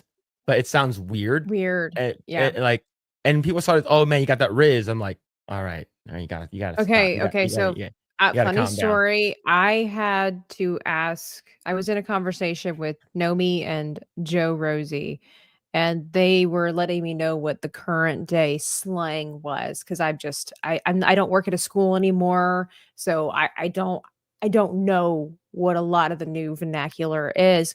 And they were letting me know about Riz and the drip and all of this kind of stuff. And Ohio, do you know about Ohio as well? Apparently, Ohio is the new term for boring because nothing interesting ever comes out of Ohio. I was like, Ohio, like Ohio gozaimasu, like from Japan. Well, so Japanese. I was fascinated by Riz and drip, right? So then I went back home and I went with my parents to their church and there where I used to go to, and there were some of the young people there, but now they're older teenagers. And I decided on a whim, it was Easter Sunday, and this one young man, Jason, came over. We're friends and everything like that. Jason's about 18 or so, and he was looking nice. Most people get dressed up for Easter. And I was like, Jason, you're looking really good. And he's like, I try. I was like, yeah, you got the drip going on. And not even skipping a beat. He was like, well, thank you. Like he didn't look at me like I was weird. He didn't look at me like, who's this old woman trying to use this? And I was like, yes, that works. Yes. See, I felt like a complete moron, but I did it. Achievement unlocked. I did it correctly. If I was going to like for instance, let's say I'm gonna drop off my son at school or something like that, right? Like I'm not that's probably never gonna happen because he's gonna get homeschooled. But let's say if I were to drop him off at like, I don't know, karate practice or something like that, right? Why is it gotta be karate, Phil? Why you gotta stereotype yourself? Because Cobra Kai never die. Yes. And I would purposely like say like the young term, like the young, I guess you would say he's like Gen Alpha, the Gen Alpha lingo. and just to make fun of him and like embarrass him in front of his friends. Like, like, for sure. yo, yeah. Skibbity, you're Skibbity Riz. Just like, I do like Riz. I was like, here. where does drip come from? And I forgot what the explanation was for drip. And then the Riz I can get on board with because it's basically short for charisma. That makes sense. I understand that makes sense. Like Skibbity, I can't do anything. What the heck is bet? How is that sure? Yeah. How is that sure? Okay. How it does not make sense. My Asian brain does not work that way. Help make me understand this young terminology, okay? I prefer old, outdated slang because here's how it works in Tabitha's world. You know, I'm not an old person, but I'm also not as young as the youngins, right? So I'm in this little in-between world. So if I use old, outdated slang, the old people think I'm cute and funny, and they relate because they're like, oh my gosh, I can't believe somebody knows what cat's pajamas means, right? But when I use it with young people, they're like, what does that mean? And then they think I'm funny because I'm so outdated that I'm using slang that nobody uses. And so it's a win-win for Tabitha. Okay. My favorite, though, that's from my era is this bites, or bite me. Like, that's my. Yeah. And so what's this bet? He goes like, I bet, or I betcha. You betcha. You betcha. Okay. Why don't you say okay? Like a regular, normal person. Yeah, Eggroll, stop being a weirdo and just say okay. Just do this. You probably can't do this anymore because it's, I don't know, for whatever reason, you can't do the okay symbol anymore. Just say cool. Just be a regular person. That's offensive. Yeah, I remember taking that up in college. Like in Brazil, that's the equivalent of like the middle finger. The okay sign? All right. Yeah, next time Dan Vasquez on. No, I'm yeah. No, this meant like, I remember back in the day, but it's like it's A-okay. Yeah, okay. Yeah. It's like for me, it's like the people still use like bodacious, ostentatious, like the radical. Like people don't use that anymore. We're gonna bring that back. Did you ever see the video of that young black guy who was like, where are all the white people slang anymore? He's like, I miss it. He's like, he started using stuff like, I couldn't give a rat's behind, he used the right, I don't swear, but he's like, I couldn't give a rat's behind. He's like, who says that? White people. And it just goes down to like all these different sayings that everybody uses that I guess apparently white people invented. And he's like, bring it back. He's like, stop trying to be like everybody else. We sound stupid. We need to get back to white people slang. Yeah, it's just I don't get it. It's like for me, I don't say rad, but I know people who still do. For me, my version of rad is just cool. All right, cool. Yeah, that's it. I use cool. What I think too. Yeah, it's just man, I say awesome a lot. I know, I say awesome too. I know it used to drive my mom crazy, but like, dude, when we moved to America and we moved to Vegas, my brother and I picked up dude, and it has never left my vernacular. I don't know. I'm gonna be like one of those old grandmas going around being like, dude, that sucks. Yeah, see, that's the California thing though. That's how it happened because a lot of people moved there. You'd be like, dude, bro. You want to take a drive down 91 down to Marina Del Rey? Yeah, we can hit the waves, bro. It'd be so cool. I used to get made fun of it. Then we moved to the South, and like nobody was saying dude except for my brother and I. And I guess because I was a girl, they thought it was weird too. They're like, why do you say that? Why do you say dude? You're a girl. It's like, what does it have to do with anything? Yeah, like, it's wild, man. It's just like for me, I think it's like the California thing. So just like I think the dudes are just like went with it. It's like dude. And then you had like movies like Meet the Deedles come out, and that had Paul Walker in it, and that other guy, dude, like and same thing with what's it called again? Yeah, dudes. Where's my car? It's like they had the dude and the sweet get the like sweet dude. Man, we're showing our age, chat. Oh my gosh! Now I'm just in the mood for a surge. Okay. Yeah.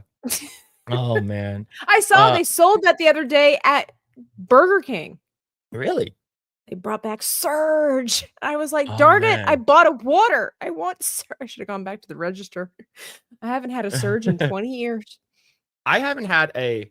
Yeah, Surge is it came back. Oh, it was re-released exclusively at Burger King in 2018. Yeah. but has since been discontinued. I think it's only available in some select Burger Kings now. Yeah, so here in Orlando, they had Surge in the drink machine. I was so excited. I felt like a little kid. It was terrible. Yeah, it's you've been to the what's it called again? The I guess the Epcot like Coke like free sample area, right? I have What's that gross one? all of them. No, it's there was there's one bitter one. Philippines. I want to say it was from the one from the Philippines. Sorry, the what? It was like it's like Oh. it's so in at Walt Disney World there is this place, I forgot, it's kind of Coke station or whatever, and they have like Coke products from around the world. Around the world. I think it's called like Beverly or something like that. It was like literally just like bitter, completely. yes. Bitter. It was disgusting. Wait, Coke, the taste of Coke from all around the world? No, it's like product. different sodas from around the world. That's Coke product. That are Coke products. Okay. So yeah, because like I would get why, because like in the Philippines, like the way that the FMCG, fast moving consumer goods, the way you compete here is you try to have as low of a price as possible. So how do you establish like a low price? You compromise on like you skimp out on a lot of the ingredients just to sell at that price. So that's why it's like you feel like it's kind of bland or bitter, as you say. That's probably why. Whatever cola you kind of drank. Yeah, that's probably the reason. I was out with some friends and they were like, I've got to show you something. So we go in there and like try this, and it's like, oh, that's not good. Try this. I think I only tried 3. And I mean, there's a bajillion there. And as soon as we got to that one in particular, I was done. I was kind of upset too that my friends would actually have to drink this. It was it's like, so oh, try it. Let's see her reaction. horrible, so bad. And they're like, you didn't like it? I'm like, I'm a little upset right now.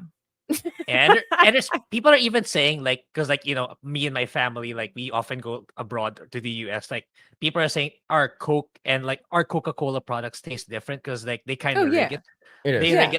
They pour water in it to sell more. So it's like not only that, like Pepsi or Coke from like Mexico and stuff like that, they use real sugar. Like they use sugar cane. So they all taste differently. Yeah, like so it does actually make sense of why like I used to have family friends that are from like China. Whenever they come here, they would bring back like a case of Coke back.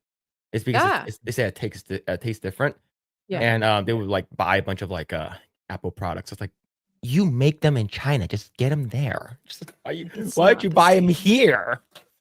They smell like freedom, Phil. They smell like America.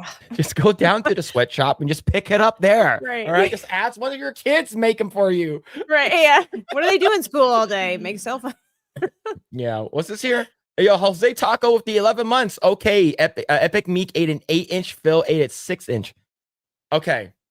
6 inches. You're talking about a cake, right? Okay. I'm assuming cake. Okay. Mine was a 6-inch, but it was 3 layers. It was 3 tiers versus Mike's was 2.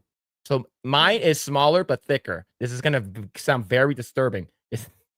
Okay, yeah, but when you look at Phil's cake, which that sounds really bad too, it was only like this big. I mean, it's actually like it's. I'm never gonna win. I'm never going to win with anyone here. All right. And he ate it from the bottom up. So. Yeah. All right. So Tabitha, thank you so much for coming on. I know it's like super late for you. Thank you so much for coming on. Really appreciate kicking you me coming out. on. I see. No. Like I want to make sure that we respect your time. Respect your time because it's what you're 3 hours ahead. So you are almost 11:48. It's 11. Okay. I thought. What was this whole nonsense about doing math and the percent? You can do the percentages of cake, but you can't do time zones. We need to remove time zones, all right? We need to remove time. Everyone has one time zone. There's no daylight saving times, all right? The daylight saving time is kind. Because like it affects me now with my work right now. It's like I have to adjust my time too because of that. We all hate daylight savings time. Right? Yeah. I thought Trump was supposed to remove that. There was a vote that went in, and I'm not sure if it passed. And it won? The daylight savings won? People like it? We hate daylight savings. There's a vote that went in that we want to remove it. Yeah. So is it gonna I be? don't remember if it passed or not. You know, I just moved to Arizona. I was They gonna say don't. was it Hawaii and Arizona are the only states that do not Yeah, they don't have that acknowledge time it. that garbage. That garbage. Yeah, and plus, like, I'm pretty sure you also have church in the morning. Oh, yeah. Yeah, it's like, oh yeah, have church. But I'm gonna go learn about Black Jesus and what it was like to be a woman. Thank you so much for hopping on. I really appreciate it. My pleasure. We definitely, Anytime. absolutely would love to have you back. And maybe in the future, maybe we'll make it a little earlier so you can stay a little longer. But yeah, we really appreciate you for coming on. So, what are you up to? Where can people find you? Well, you can find me, of course, on the interwebs all over the place, but primarily it is on YouTube and on Kick. On Kick, I'm dreaming_Tabitha. I try to be consistent, but I had to have that underscore in there for some reason. And I do all my gaming over there. You're not trying to be edgy and cool, having a separation between my name. But over on YouTube, yeah, just Dreaming Tabitha. It's gone to Dreaming Tabitha Live. That will be switched in the future. It's about time I stopped listening to everybody's piece of advice that they have. But yeah, I just got some live streams coming up this week. I do have a pre-recorded video coming out as well, where I challenged professional digital artists to a Bob Ross painting tutorial, and it went badly. But it ended with quite a laugh. If you know who Mo Zamboni is, you're going to want to watch this episode because we will all be able to go like this. And by the end of the video. Wait, well, so did you use like actual like paint? We used our iPads or our tablets, but we followed the Bob Ross tutorial in real time. Yeah, people like it is all right. I'll tell you, it is a lie. Okay, that this is supposed to be easy and relaxing. It's not. I tried it before. Lie. It is an absolute lie. I did this with 1-800-DENKI and Horror with Nadia. I have another video on my channel with that. Absolutely hilarious. You should see what DENKI did. But it was stressful. It was the first time any of us had done this. So then I did it again, thinking it would be easier, but it was not, because I think it was like 3 minutes shorter. And we bank on the extra 3 minutes to create these pictures. But you're going to want to see what Mo created because it's worth the laugh. It's worth the laugh. No, there were no happy trees. No happy trees. They were, as Eric, the dreaded dinosaur, said, they were they were trees that had crippling depression. That's Those are sad trees. Sad trees. Yeah, like I remember there was one where that I saw where he was painting and he was talking about like the sad times, and he's like, yeah, there's sad times now, but over time you'll get over it. And then I guess I was like, why is he talking about like sad? Like it's usually a very happy dude. And it was just because his wife passed away not too long after he went live to do that. And it's like, oh, that's why he's talking about it. Like, of course he didn't say it, but he talked about it. But yeah, I love Bob. I love Bob. Yeah, he's amazing. Oh yeah. We all wish we could be more like Bob. I'm not sure how he could whip out a painting like that in 27 minutes or whatever. Sometimes they said he improvised. I don't know. I think he's a wizard. I want a palette knife just because of Bob Ross. Like, I just want to go. Yes, that's it. That's all I want to do. Have you never painted? No, I've painted on canvas before, but I just never used a palette knife to do it. Like to make the waves. Like he's like just to make the waves. That's so. It sounds like I need Phil to come on my channel where I teach YouTubers how to paint. I haven't painted in a physical medium in probably college. Back in, so like 3 years ago. Oh, okay. 11 years ago. Yeah, so thank you so much, Tabitha. Her link is in the description down below, and it's also pinned, or the link tree that is. It's also pinned in the comments. Go ahead and check out Tabitha. Thank you so much once again for coming on. Really appreciate it. Grae. Thanks for the invite, guys. And chat, you've been a slice of heaven. Ha! Another outdated idiom or whatever that nobody knows, but that's okay. It's tubular. But anyway, bye, guys. Have a good night. Take care. Good night. All right, there it is. Go ahead and check out Dreaming Tabitha's channel. She does art. She also does gaming. I believe she also does like gaming with Nomi and Sebi. And yes, go and check out her stuff, and it's all in the description And then I'm going to give a pause a little bit. Now we can be degenerate again. Because I want to make sure I was trying to make sure I don't curse. I don't say anything. Yeah, I was saying shit a lot. That's fine. That's PG-13. Yeah. I think that's fine. Yeah. But like I for me, it could get very degenerate, and I don't want to say terrible things like that. Even when Jay comes on, I try my best not to like curse or anything like that. It's because I want to respect that kind of stuff. And but yes.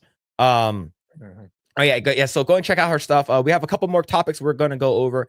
Thank you everyone for hanging out. Really appreciate it. Like, share, subscribe, all that kind of stuff. Shout out to all the mods. Shout out everyone that's hanging out. DB Wild, Cavatinho, JJ, Donald, what's it called? Ogami. Thank you, Drew, Defeat. Thank you, everyone. Shout out to everyone that's hanging out on Rumble as well, and everyone that's watching us on X. Now, let's go on. I feel very respected. Yeah, see, there it is. There it is. See, yeah, that's all we want, Tabitha. Yeah, we want to make sure that you're like, oh, okay. Yeah. I don't want to ever go back on that show. It's like we don't want that to ever happen. So we want to make sure that we what's it called? We respect everyone here. But yes, thank you, Tabitha, for coming on. We really appreciate it. Thank you so much. Yeah. Okay.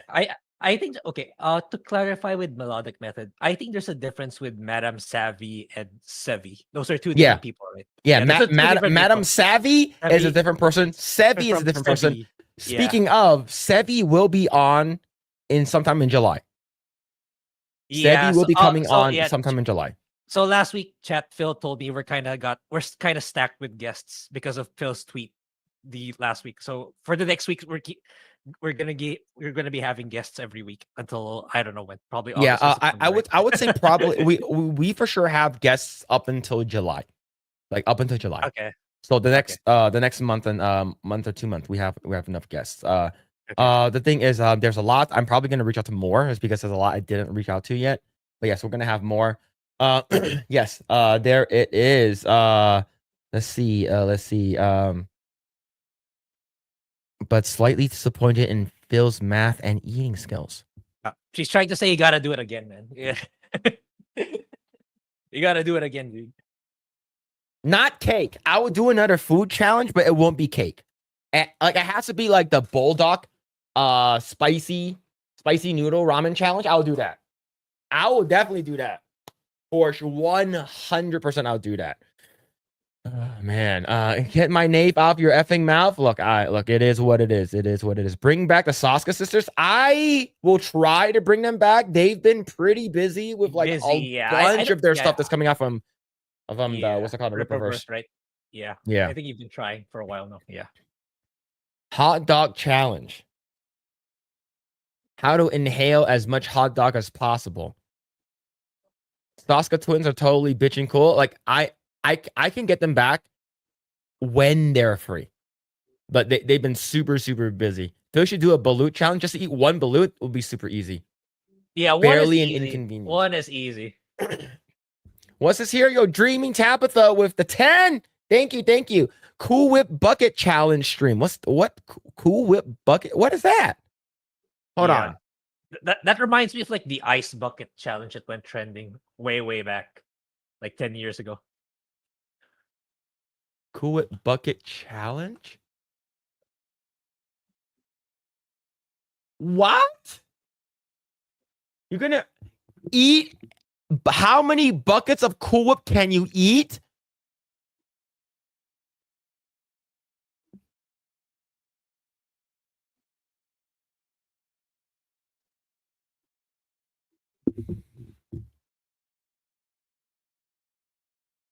I don't know. I'm probably just gonna inhale it. And I'm gonna cough it up. It's gonna be all over my desk. It's gonna be messy. It's going to be messy. Oh, I'm not sure. I don't know. I don't know about this one. I don't like so much cream in my mouth, man. I had a lot of cream in my mouth yesterday. Yeah. Not a lot. For the chicken. I think the chicken nuggets one's fun. I'll do the chicken nugget. Yeah, 100 chicken nugget challenge. All right. But thank you so much, Tabitha, for the 10. Thank you so much. Thank you. Cinnamon challenge. That's gonna. I heard people start choking immediately. and I probably will not do that. Do the Geoduck challenge. That's not. Isn't that the thing that looks like a penis?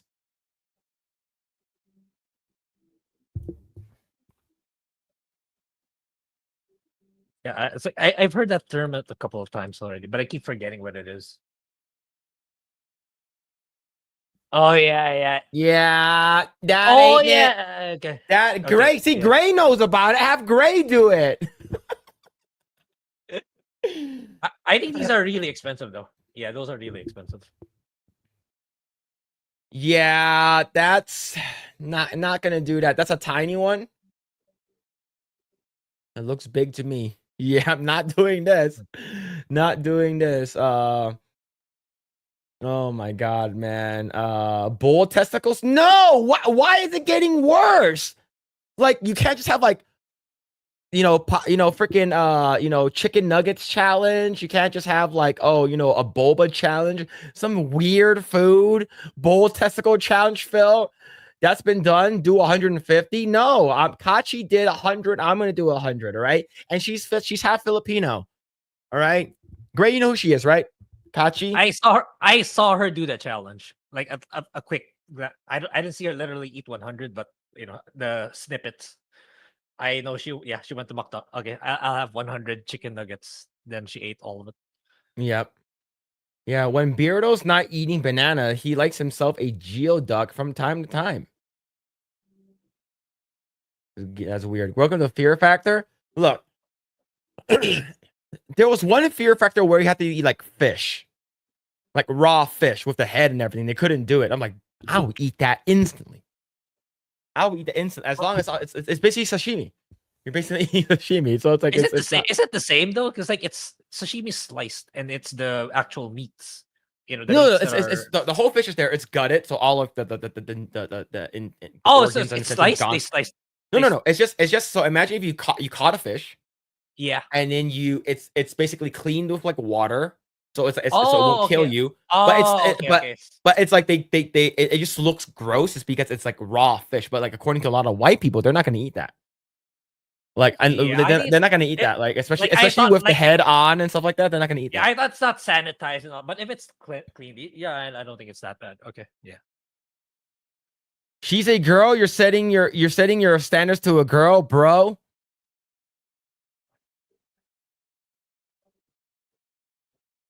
Eat bugs? No. Well, we're doing Review Tech US. No, I'm not doing that. I'm not doing that. I know Review Tech USA is doing that. No, eating bugs? No. I mean, if someone eats lamb balls, I bet they'd call it that. Nope. Nope, not eating those. That's weird. Yo, Hollow Ninja with the 5. A lot of great games coming out soon. Silent Hill F, Snake Eater, RE9, Stellar Blade PC, etc. This is what we want to see, man. Absolutely. There's a lot of good games coming out. A lot of good games. Thank you so much for the 2026 is something, yeah. I think tomorrow we're finally getting the reveal of Persona 4 remake. So I'm definitely stoked for that one. All right, Grae, what game that's out that's been I guess you say I guess the trailer has came out, like has it been announced that you are looking forward to? What are a couple of games that are like, holy crap, I really want to play this one? Okay. Code Vein, that one, I was surprised. I was like, why the fuck is my Code Vein video trending again? It's like, even before the announcements, like I've been seeing, okay, a lot of people are watching my Code Vein video. It's like, it's a 2-year-old video, man. Why are people still watching my code? Then apparently there's a Code Vein 2. It's like, wow, that kind of surprised me. So probably that's the anime Dark Souls, right? Yeah, the vampire one. Yeah, so that's one. And for 2026, I talked about 2026. So that and Persona 4, it's pretty much a guaranteed they're making the remake of that one. So I might, like, if I have free time, like towards the end of the year, I might do Persona 4 Golden as a video. But yeah, those are the two big ones right now: Code Vein 2 and Persona 4 for 2026. All right, for me, the games that I'm looking forward to that are coming out, that I guess you say during Summer Games Fest or whatever, the PS5 State of Play. Yeah, I forgot. Which I'll be making a video. Final Fantasy. It's like people say Final Fantasy, man. Final Fantasy Tactics is really, really good. It's like I've been FFT. it's gonna be only so been good. available to like PSP, PS1. It's like I want to play it on like modern platforms. And finally, Square released it for modern platforms. So I'll be making a video of that one. Absolutely. Yeah, for me it's FFT. I said FFT is huge. I think I'm probably going to play Lies of P sometimes in the future because the Lies of P DLC was shadow dropped a couple of days ago, which is insane. Another one is of course like Stellar Blade is an obvious one with the whole like mods and stuff like that. And here's the thing. Yeah. There are so many mods and the game isn't even out yet. Yeah. Like the official game is not even launched yet. But it's like for me, it's like I'll wait till I get my PC so I can make the most out of my Stellar Blade experience. So yeah, so it's probably later in the year. That's when I'll and get of course, Resident Evil 9, Yeah. 100% looks really good. Yeah. Like when I saw that, I'm like, wow, this looks great. I'm not a fighter game fan, but that new Marvel fighting game looks really, really good. Oh, Marvel Tokon? Tokon, Yeah. Really The fact that they so in my opinion, this is basically like rest in peace. Marvel, there's not going to be any new Marvel versus Capcom game that's coming out. Basically, Arc System Works. If you guys don't know, they did Guilty Gear, Dragon Ball Z Fighters, which is freaking amazing. And they haven't been releasing a game. I thought they're going to be releasing Dragon Ball Z Fighters 2 or something like that. That's going to be coming out. But the past 2 years, they sort of been like on limbo, on like purgatory. They haven't been releasing anything. No updates, nothing. And then now we finally get to know what they're working on, which is a 4v4 cross tag freaking Marvel versus Capcom style game. There's even like super jumps and stuff like that. And the fact that you get the style of Arc System Works is amazing. I love the style of Arc System. Like Arc System is such a good developer for Marvel to use to make a fighting game. And we only got 8 characters so far. We're gonna get more. We're probably gonna get Wolverine because we do have an X-Men already, so they're probably saving Wolverine for something.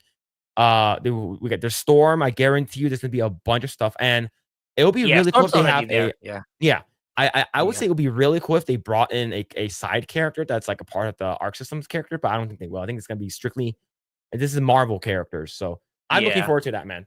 That's actually really cool. Yeah. But did you see this this thing that I saw earlier that I talked about? I probably not, right? Probably not. So did you what were your thoughts when you saw the Resident Evil 9 trailer? I thought it was okay. Look, I'm not a Resident Evil fan, but overall, it looks good. Looks good. It's like, I keep saying I'll get into Resident Evil someday, which I never do.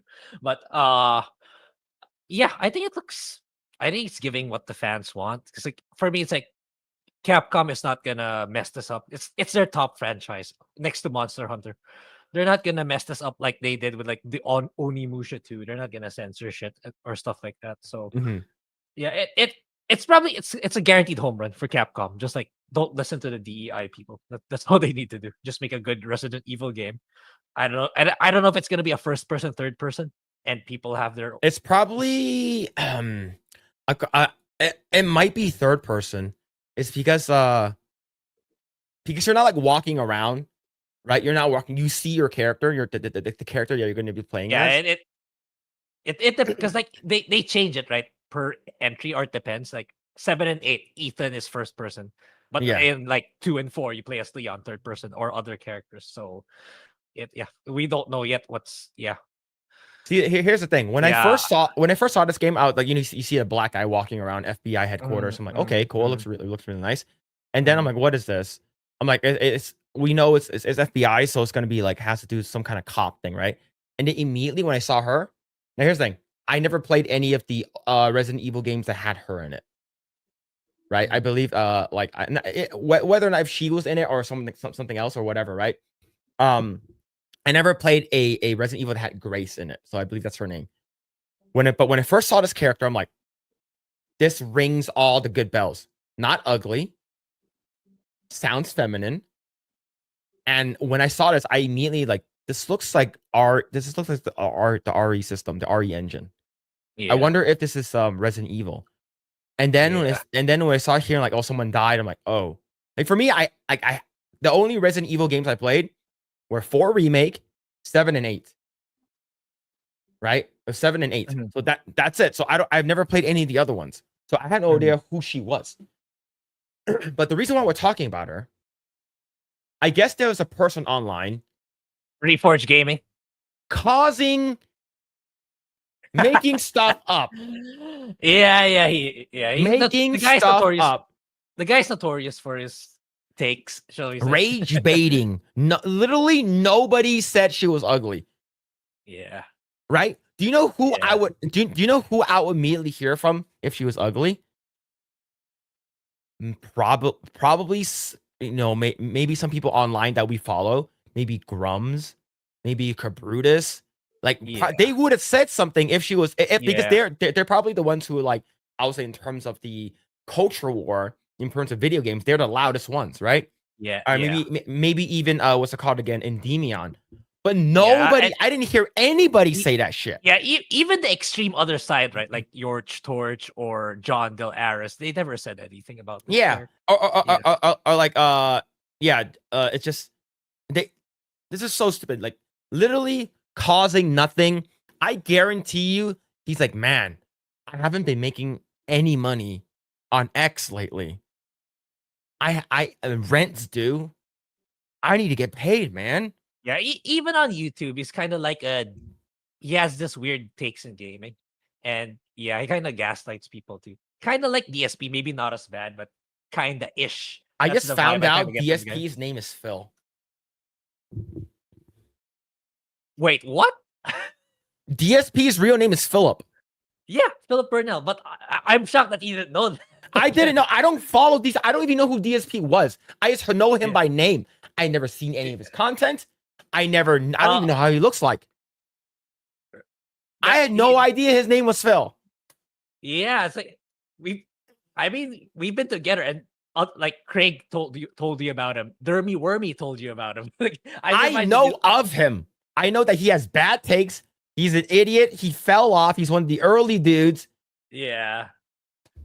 Yeah, he's the master e-beggar who somehow keeps getting what he wants. Dark Side. It stands for Dark Side Phil. Yeah, SYDE. It's edgier. Dark SYDE. DSP Gaming. Okay, do you know what he did one point where he got caught on camera? Do you know that one at least? I'm assuming. I don't know. Was he masturbating? Yeah. Okay. Then I heard of it, but I don't know. I still don't know how he looks like. Now I have to connect the dots. Do you know when was the first time I knew how he looked like? When I was on Tuesday night's main event, and he leaked his when Jeremy showed that he leaked this information out for the Switch 2 pre-order. Yeah. Remember, I told you. I told you. Like, yeah. I said he was being an idiot because he showed his details. Yeah, and of course people were gonna call in and cancel that shit. But I had no idea how he looked like until this past Tuesday. Oh, okay. Yeah, because like I tend to be surprised if you don't know stuff, because you tend to be more in the know a lot of times, a lot more than I do. I'm in the know on specific things. I don't follow people. I follow like, oh my god, man. I think his name was Phil. Like, oh my god, bro. Yeah, I think I have more exposure when it comes to YouTuber drama compared to you. Yeah, just call me YSP, Yellow Side Phil. Oh my god, man, that's wild, bro. That's fucking crazy. Yeah, you gotta stop. You gotta start begging for money now. Yeah. So and here, chat. I need a second Switch too, man. You gotta raise the money. Hey, chat room. You know that Nintendo Switch coming out. I need another one. I need another one because I need to. Come on, guys. We're not getting any more.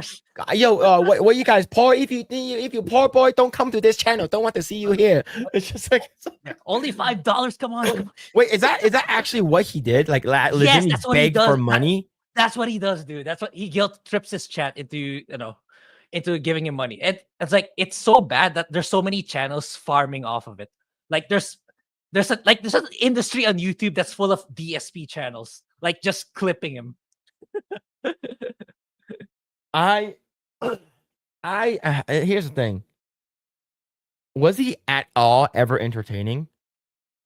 Once upon a time, I believe he really made the effort to try to be, a good gaming channel. But somewhere along the way, probably he did he kind of just mentally gave up, and then like he kind of realized that he's so influential in YouTube because he's a pioneer that no matter He's like one of the early ones, right?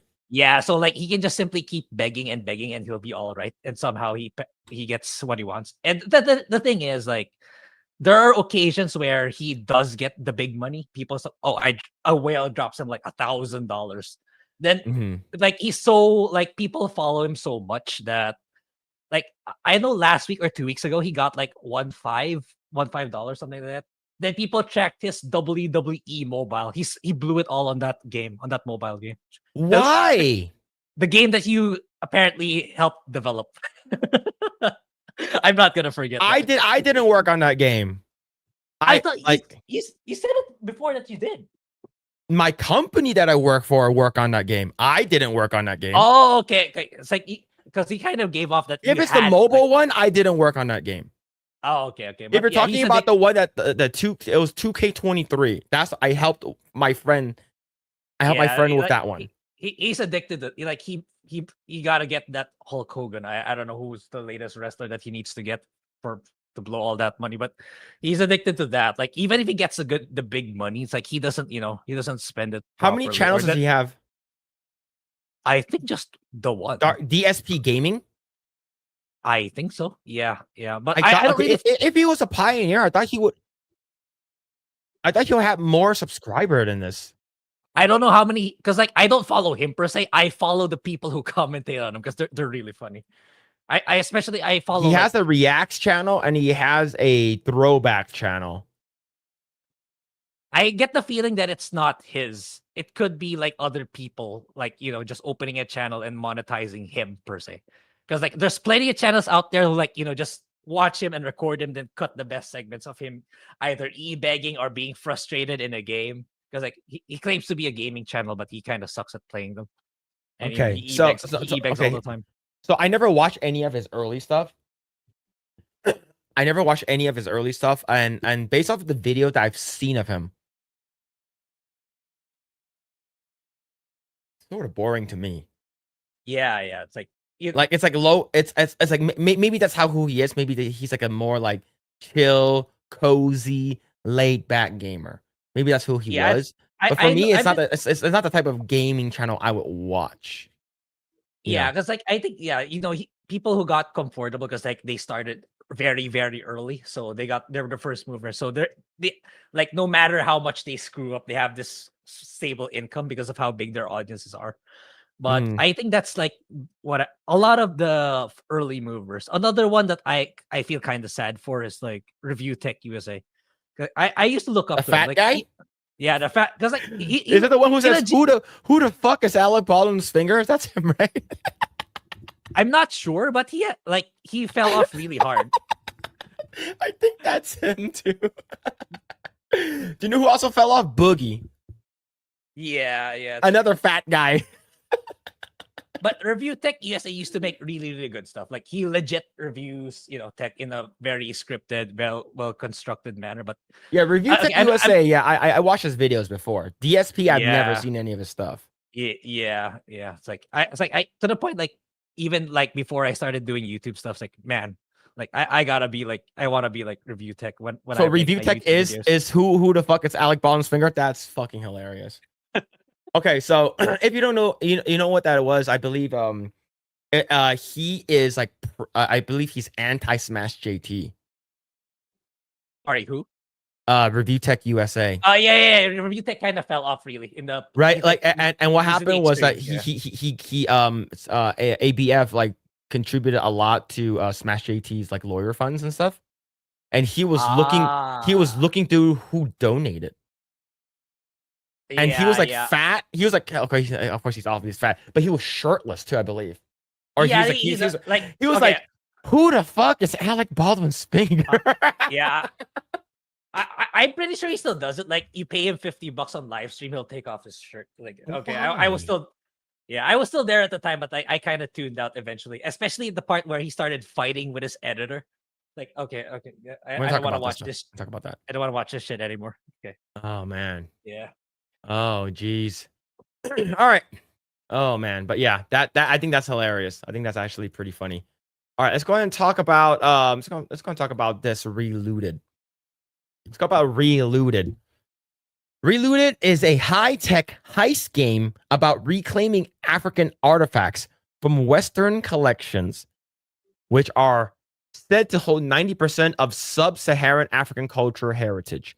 So, when I saw this game, yeah, I just saw it this morning. I was like, wow. And I wonder who decided to say, yeah, let's green light this game about black Africans stealing stuff. Yeah. Well, here's the thing. They're stealing it back. You're stealing it back, okay? The first time I found out about this game this morning, a while ago, like I saw Smash JT's thumbnail. Like I didn't even have to read the title. Yeah, this is Sweet Baby shit. It's so bad. Like Sweet Baby kind of ruined like black people in a sense in video games. Like the moment I just see a black character who's like dated graphics, okay, I immediately associate. Okay, Sweet Baby's involved in this. I don't even have to. And the thing is that is it just me or like it always has like a distinct look? Like yeah, exactly. Like South of Midnight and what's it called again? Like what's the Dustborn and like some of them have like it's very very distinct. I know they're trying to like look it's an art style and stuff like that, but they all have the same style or like they like it's just a wild right. So this is let's go and watch the trailer. I have not seen the trailer. I've seen like to be honest, I only watched like 5 seconds of the trailer. And I already knew what I was watching. Yeah, me too. All right, I watched the whole thing, but it's looks like we gotta watch it again. Was signed, promises made and broken. Is it stealing to take back what was stolen? Stolen? Who's stealing them? Us.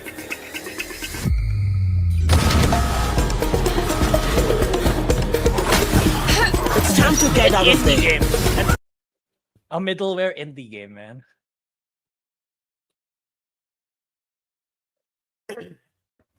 I guarantee you this game will not make any money.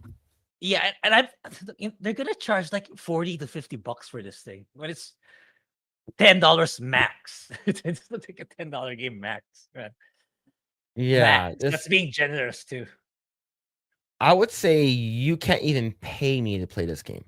Yeah, this is not good. Let me introduce a friend of mine.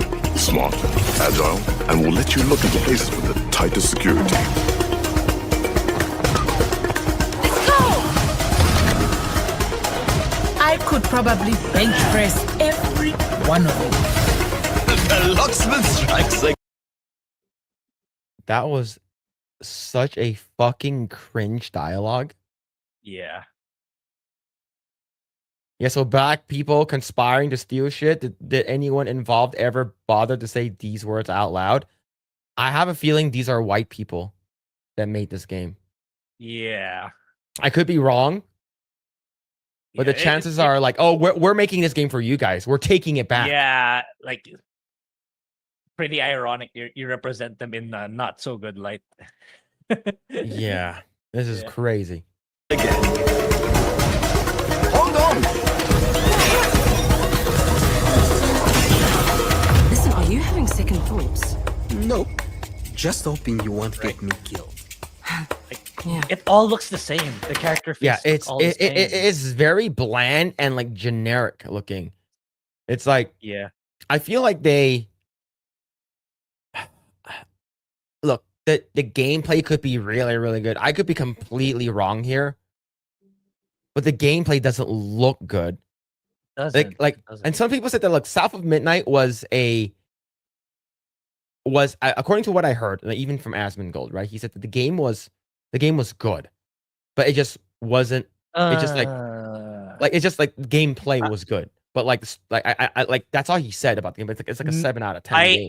I disagree on that front, even though I never played it, because the simple fact is, I don't know if you know this, Phil, but South of Midnight features gameplay where you can skip the boss fights. Yes, I know that. Yeah, right. So the fact that you're adding that kind of feature says, so you're saying the gameplay is bad, right? Because like if it's that good, if the gameplay is good, you wouldn't put a feature where you can skip that thing.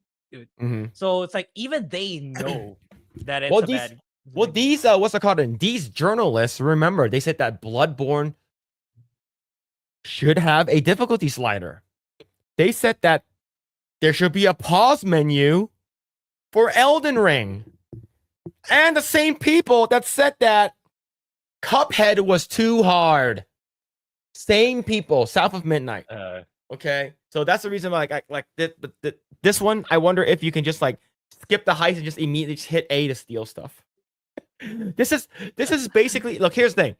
If this game was set in California, they could walk in and just take the stuff with the cops saying, "Oh, hey, you forgot something," and just give them the, because this is so stupid.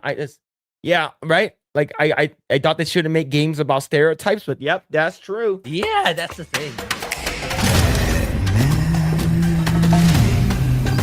I know what you and your little crew are doing. Nobody threatens my family or my friends and gets away with it. So we are going to do whatever it takes to take back Africa's belongings, and we're going to do it together.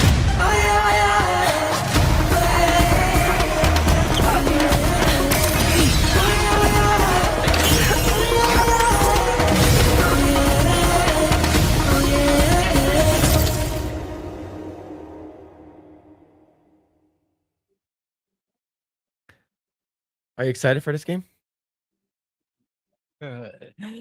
No, it's like whenever I see games like these, like, okay, if I'm gonna play this game, it's just to make a video, dude. It's nothing else. I'm not gonna. There's no enjoyment factor in them. But yeah, it's just, I don't know. That I would put this on Game Pass if I were like their finance manager or something. But not looking good. Yeah. It's so surprised that Epic is funding this thing. Oh, is this in any way connected to Sweet Baby Inc? Because it really looks like it. Yeah. I like, for even if it's not, it does really, for me. Maybe they're just denying it. That's how I would feel. But I absolutely think it is Sweet Baby. Like the character faces, like it's Sweet Baby. It has to be. It can't not be. The crazy thing is that like when you go to Sweet Baby's website, like all the stuff like the partners, that it's that you can't find the partners now. It's they legit like removed it. You cannot find who they worked with, what company they, because you know that immediately like your shit's going to suck.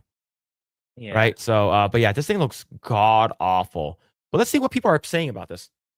So I wrote a game about Africans stealing stuff is wild. Dan Bass says, would your platform allow a game about whites stealing from African museums? That Jeremy, but he would approve.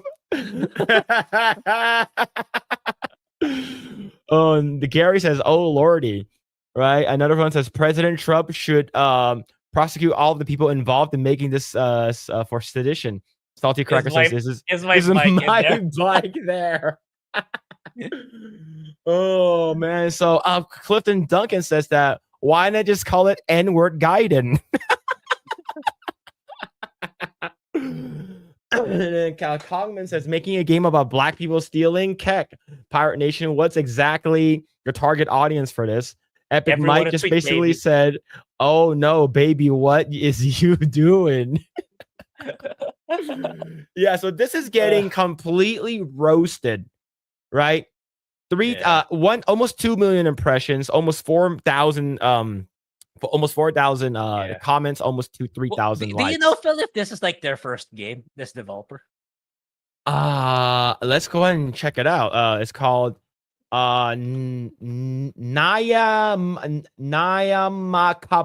Cop Game Studio.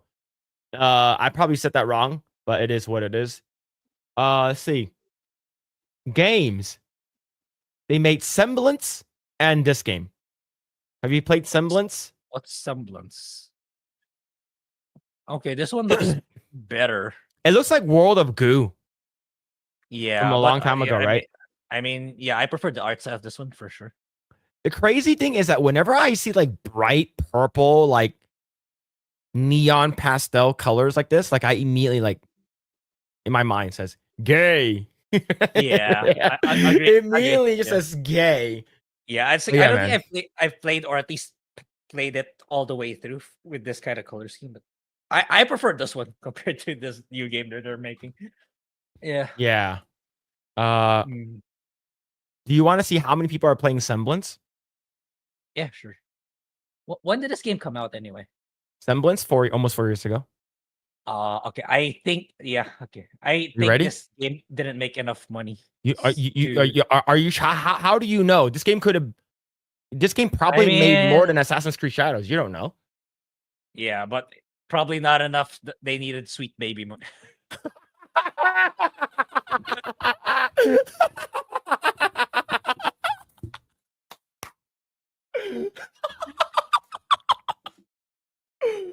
Wow. We have more viewers than they're all. Wow, bro. They're all-time 63 players on. We have more viewers than that. Holy crap. Yeah, this game, if this new what's it called again?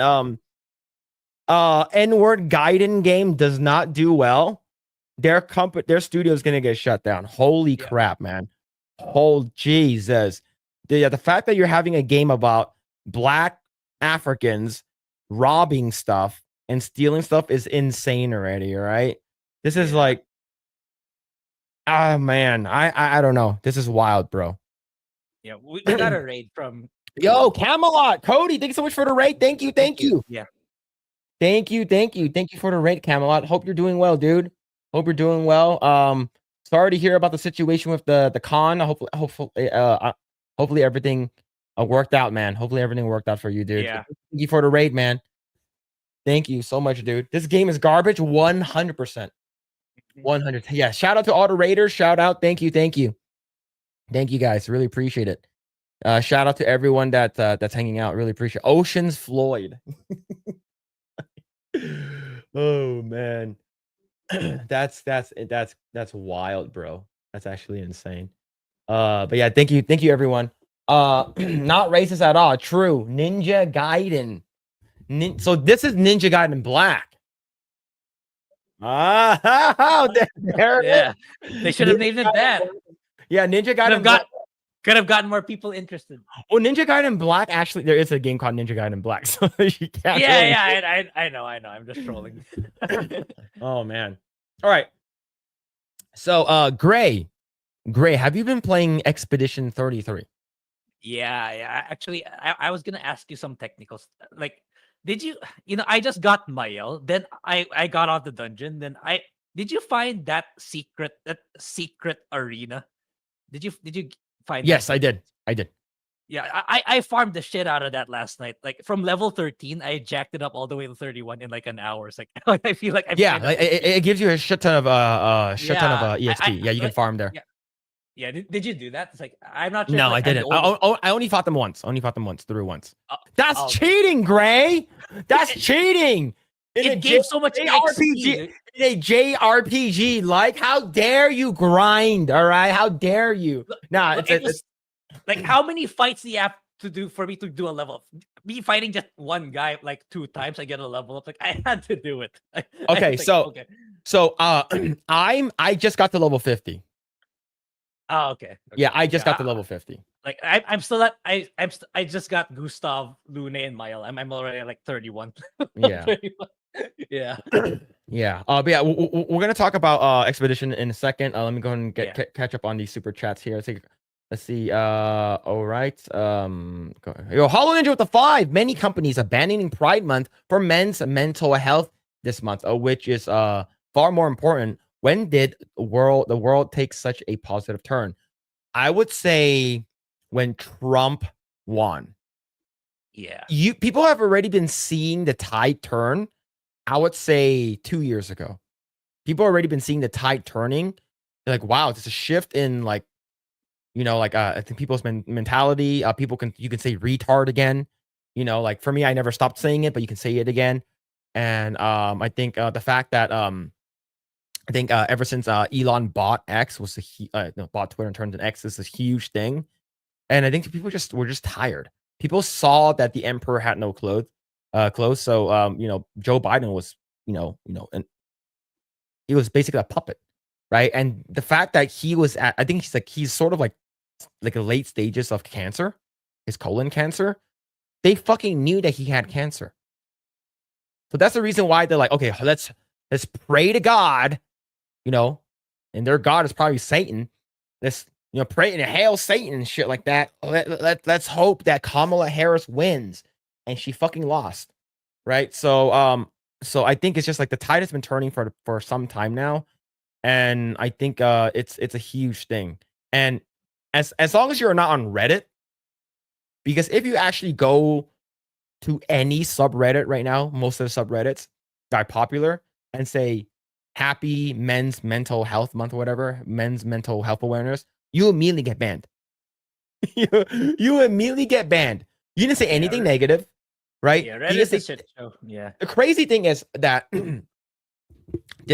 this could be a hot take, but when someone say happy Pride Month, and you follow up with also happy men's mental health awareness month, you're not saying that your whatever movement or whatever month you're trying to celebrate is better than the other one. In this case, it actually is, like in my opinion.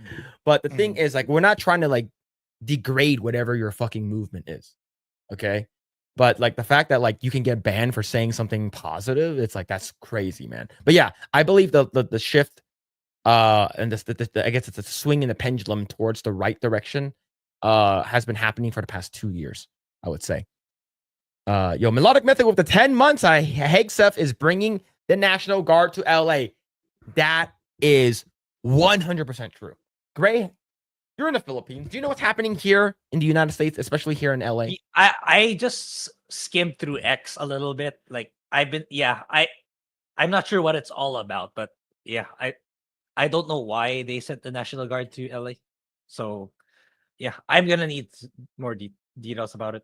So we're basically sending ICE and to basically get rid of a lot of these illegal immigrants, right? We're gonna capture them, and we're basically gonna get big. So this was LA. The area of Alondra, near where that Home Depot is, where all of this started this morning.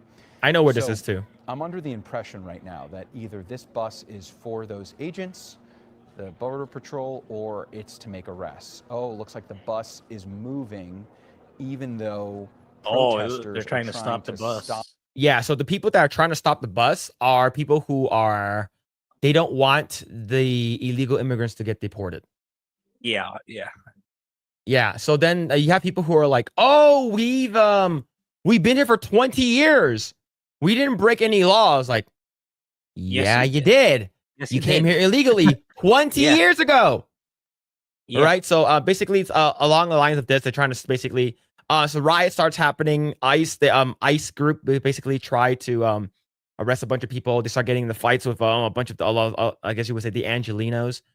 And another thing is, like, if you actually drive down like the 10 freeway towards LA, like when you hit around I guess East LA area, there's actually a sign that says no ICE. It's always over the overpass, no ICE, because they don't like ICE. So Pete Hegseth found out that like there's a lot of friction happening, so he's sending in the National Guard. Yeah. And the thing is, these people are violent. I've seen another video where this guy was just throwing like rocks. Yeah, I saw that one. I saw this morning. It's like, like a little just throwing it at the ICE, the cops and stuff like that. You're gonna find that guy, absolutely. Yeah, no, but it's just like it's wild that we're letting this shit happen, man. Yeah, it's like, do you want to get deported with them? Yeah. Why don't you go with them? Yep. Right? Just go. I've seen an even bigger crowd at bake sales. Look, this is the 710 freeway, so I know where this is. It's what's it called again? I used to live probably in this area. I probably live like 5-10 minutes away. I used to live that close. Oh, you used to live, okay. Yeah, I used to live that close. And it's wild that we're allowing this shit to happen, man. It's This is in Paramount. So this is Paramount. So this is Paramount City. Not Paramount City. It's Paramount. It's basically a city. And yeah. Now, let's hope that no one is hurt and no one is injured. What flag is that, Grae? Sorry, I suck at these. From it's which country is this? Mexico. Okay, yeah. I'm not good. Why don't you just go to Mexico? Yep. Just go to Mexico. The police commissioner said that they will not protect ICE. Of course not. Yeah. It's because they're fucking for this. You guys don't know, all right? You guys don't fucking know. There are illegal immigrants working at the LAPD.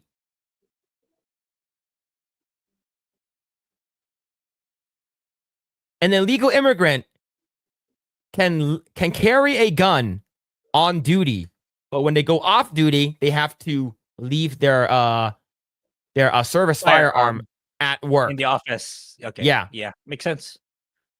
So this is like the fact that a person that can pull you over can be like, yo, yeah, we're from Mexico. Yeah, I don't know how to do a Mexican accent or a legit one. I know how to do the Los Angeles version of it. But yeah, this is crazy, man. And it doesn't escalate from here. Look at the flag. Yeah, Guy, I see there it is. You Mexican flag can, this is criminal activity that I hope is people are held accountable for. And I'm talking about the riots right here. Where are the cops? Yeah, where?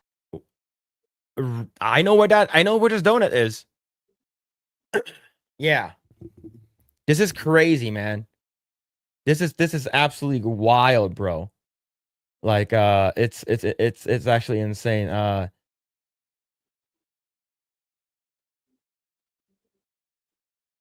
What's this? Didn't Meek wish the LA riots back on you? Yes, he did. Yes, he did. The thing is that, like, I'm no longer living in LA and my family does not own a business in LA anymore, unfortunately. It's because, well, fortunately, actually, I'm glad they don't. It's because of, Yeah. Phil, are you near the riots? No, I'm about 90 miles from the riot. Okay. All right. If they were to riot here in, I guess you would say the desert area, the more desert area of California, it probably won't happen here. It's because it's a completely different county, and our county chief, I guess you would say San Bernardino chief, he basically said that he loves giving people concealed carry permits.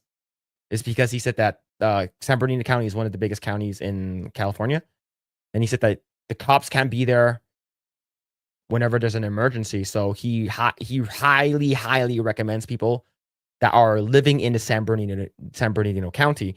And if you guys don't know where the San Bernardino County starts, it starts at Montclair, and it goes all the way to the state line of Nevada. It's fucking far. Okay, you're near Azusa? No, I'm nowhere near Azusa.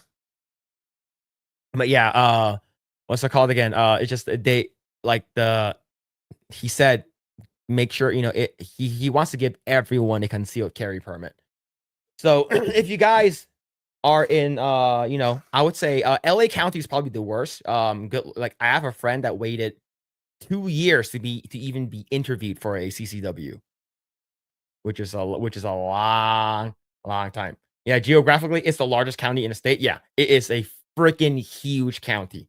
That's the reason why the chief, what's it called again? The sheriff was like, we want you guys to get concealed carry permits, man. We'll approve it right away. But like so many people started getting it. It took a while. Even for me, it took a bit. But yeah, man. LA burning, man. That's true. An interview for a CCW is criminal. That's the reason why in California, this is fucking commie shit here, man. I'm living in a commie state, even though I'm in a completely different county. Like my family's affected by that kind of stuff. So yeah, it's wild. So now it's pretty insane though. But Grae, what is your let's go back to talking about Expedition 33. How are you enjoying the game so far? Yeah, pretty good. I haven't gotten to the really, really good story bits yet. So that's the one I'm kind of looking forward to. This is probably a hot take. Graphics, I'm kind of not sold on it yet because like I feel like it's too. There's so much fog in the game. I feel it's such a foggy game. Where I think you can turn. I think you can turn. Are you playing on PC? On the Xbox. I chose Oh, can you turn off like volumetric fog, or no? I think I can. I'll try to tinker with it because like I feel like that fog effect is like it's undermining the other assets. That's what I feel like because I feel like everything is so foggy and it's I want to remove that so I can appreciate all the other graphical portions. That's what I feel. But yeah, like the parry thing, it's like I have a love-hate relationship with it. If you manage to pull it off, it feels great. But when you're getting to know the moveset of the opponent, it's so frustrating. It's like, they intentionally slow-mo the attack so that you get the timing wrong. You really need to practice per opponent. That's the frustrating part about it. So it's like a hit and miss at the same time. That's how I feel when it comes to parrying. So, I think so you're enjoying the game. You're enjoying the game then. I'm enjoying it, but I get the feeling that it's not gonna be. Yeah, it's probably a Game of the Year contender, but simply because it doesn't have a competitor, not because it's super, super, super good. That's that a lot of people are claiming it to be. But I could be wrong. Oh, you're saying that the game is not as good as people claims it to be. Yeah, for now. Oh, damn. Damn, there it is. Even the music is not good then? The music is good, but I'm right now I'm in the position because like I haven't there's no big revelation. Oh shit, this person is blah blah blah blah. I haven't gotten to that part yet. So maybe I'll change my mind when I get there and maybe when I get to the end. Now, now here's the thing. Do you consider this a JRPG? Now that you played it for a little bit, you got my okay. That part, okay. When I'm gonna make a video, it's gonna be in my second channel, not in my main one, because I do not consider it a JRPG. Because it's not in the case that I'm diminishing the game. It's because JRPG means Japanese role-playing game. And for me, it has to be in Japan. Like I know the argument of, it plays like a JRPG, so it's I get that, and I agree. But I cannot call it a JRPG because it's not in Japan. It's simple as that. Like Japanese food. Do I make that argument? Oh, it's even though it's like it's cooked in France or it's a recipe in France. So do I call it Japanese food? No, okay. I'm not gonna call it Japanese food. So that's it. That's the reason why. Okay. So let's say if a French guy, studied like Japanese cooking, and then he cooked it in France, will you call it Japanese food? No. Like he made sashimi. But the thing is though, it's like okay, that case is a bit different. Maybe it's big. It's still mainly Japanese food, but sashimi, Japanese food. But if it's an RPG, it's like Japanese food that's made by a French guy. Yeah. Right. Yeah. Right. So so here's the thing. I have the same thing too. I was like, this has everything that a Japanese JRPG would have, like a JRPG would have, basically. The only thing that's missing, in order for you to fully call this a JRPG, it needs to be out from Japan. It needs to come out from Japanese developers. So that's the only thing. But other than that, it is very, very reminiscent of one. Yeah, because like I've seen some videos online, like people are like gatekeeping. I don't intend to do that. It's not because I want to gatekeep. No, it's not a legit JRPG. It's not like that. Just that I think it should be a category of its own. Like people saying FRPG. Friends, I think that's fine. Like for me, it's like I just for my personal channel, I want to maintain a particular branding for it. And I don't think as much as look, it's a good game. Clear Obscure's a good game. But I don't think it fits in the category of a JRPG that fits in my main channel. That's what I'm saying. So that's why I'm putting it I'm gonna put it in my second channel. And I do wanna talk about it differently. I don't wanna do my normal review type of the way I review games. I'm gonna try something different for Clear Obscure. I kinda wanna do like talk about the game, but kinda like talk about how it reflects in the game industry as a whole. But like anyway, going back to Phil's question. So it's like, I don't consider it a JRPG. Yeah, like I agree with you. It's now here's the thing. It's sort of like, are you gonna call this a Soulsborne game, or are you gonna call this a Souls-like game? Right? Is Lies of P a Soulsborne game, or is it Souls-like? It's a Souls-like, because in order for you to be a Soulsborne game, it needs to be from Software. This applies to this. So take that, Cyborg, Mark the Cyborg. Take that, you lose. Sorry. Oh, you were arguing against? Yeah, I was arguing with him. It's because he said that if you gave this to a person that didn't know where it's from, and if they played the game, where do they think this game is from? It's like just a blind test. Hey, play this game. Yeah, they play the game. Wow, this is like Final Fantasy. And then Mark's like, haha, I bet you gotcha. It's from France. It's not. It's JRPG then, right? Yeah. Yeah. I wouldn't call it a JRPG inspired, yes, but not a JRPG per se. Yeah. Yeah. Take that. Take that, Cyborg Mark. Take that, man. Because I think he's coming from the because I've seen people talk about the purpose of it is not to gatekeep. The purpose is to distinguish it.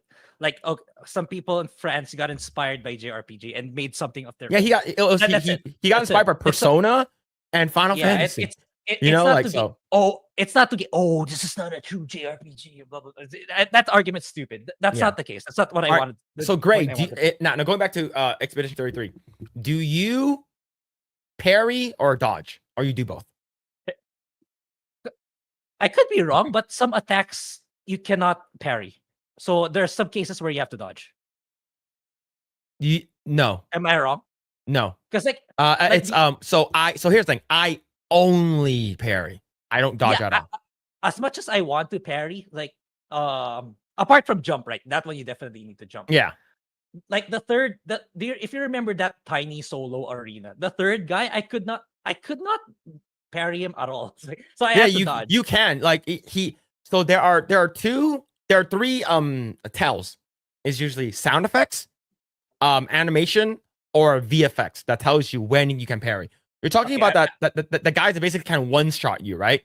So the only way that I was able to beat him was literally just parry every single thing. No, that's the last guy, the fourth guy, the punching guy. The third guy is the one smacking the ground and creating like a what do you call that? The rocks. He's pounding the ground. Like a three. Is it like 1, 2, 3? That guy definitely I parried, but the guy before it was like he was punching. The attack style was punching the ground. That one I couldn't for the life of me. I only parry, and I basically I basically moved it to expert mode because it was getting a little easy. So I'm playing on. I've been playing on expert mode probably for the past three streams now. Like when I played it. And that's the thing. I grinded the hell out of that last guy too. So do you? Is this how you feel when it comes to parrying? Have you seen this video already? Okay. We'll watch it. We'll get Grae's live reaction. All right. All right. This ain't looking good, but all I have to do is parry his next attack, and I'm good. So I just gotta lock in, and I got this. All right, here he come. Come on. What the hell is that? Man, why is he not swinging? How am I supposed to parry this? Bruh, is this nigga trolling me? Man, this some bullshit. What am I supposed to react to? Nobody winds up like that, nigga. Come on. Nigga, swing! Goddamn! Oh my God, can you please telegraph this in a reasonable way? Fuck! Alright, you just trying to trip me up, huh? Okay, I'm not letting you trip me up. I'm gonna be patient. Yeah, I just gotta lock in and just keep my eye fixed on that right arm, right? And then as soon as he start to move, bullshit! Yeah. How was I supposed to parry that? How? Yeah, that's my main gripe. Like that's what I'm talking about. It's like you really need to, they kind of force you to, even though it doesn't make sense, you have to like study the pattern per opponent. I definitely can relate to that. There's an optional boss I fought yesterday. Yeah. He fucking does that, and it doesn't matter if you have shield, you have anything that prevents you from dying. It's called mortal blow. Yeah. And if you miss it, you instantly die. It doesn't matter if whatever you have. So he goes like this. He swings back, and he sort of does this thing where he goes like this. Okay. And then he goes, and then he pauses, and then what the fuck, man? What the fuck? So, and the thing is, I don't dodge. Yeah. I only parry. So yeah, because like parry is a lot more satisfying and rewarding. Not just in the sense that you want to flex your gamer skills, but in the sense that you get more points that way, right? Yeah. Compared to it's like that's why. Yeah, I agree. That's for me. It's like I don't necessarily think that's a good thing. It's like. Come on. We do. Yeah. It psych you out, man. Yeah, fucking psych you out. So now the reason why we're talking about we're talking about Expedition 33 is because of this thing here. So this guy, I guess he has like a YouTube channel. I'm gonna bring it up over here. This is from Grums, right? But I'm gonna have this image pulled up. So I have this from pulled up, and this person says, "Dirty devs and only white people. It's true that it's suspicious." So in short, they're basically saying that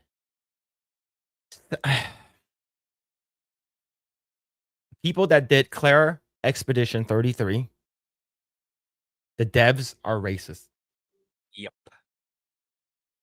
How do you feel about this? Yeah, wow, what are you talking about? They have a dog. Yeah. Dog.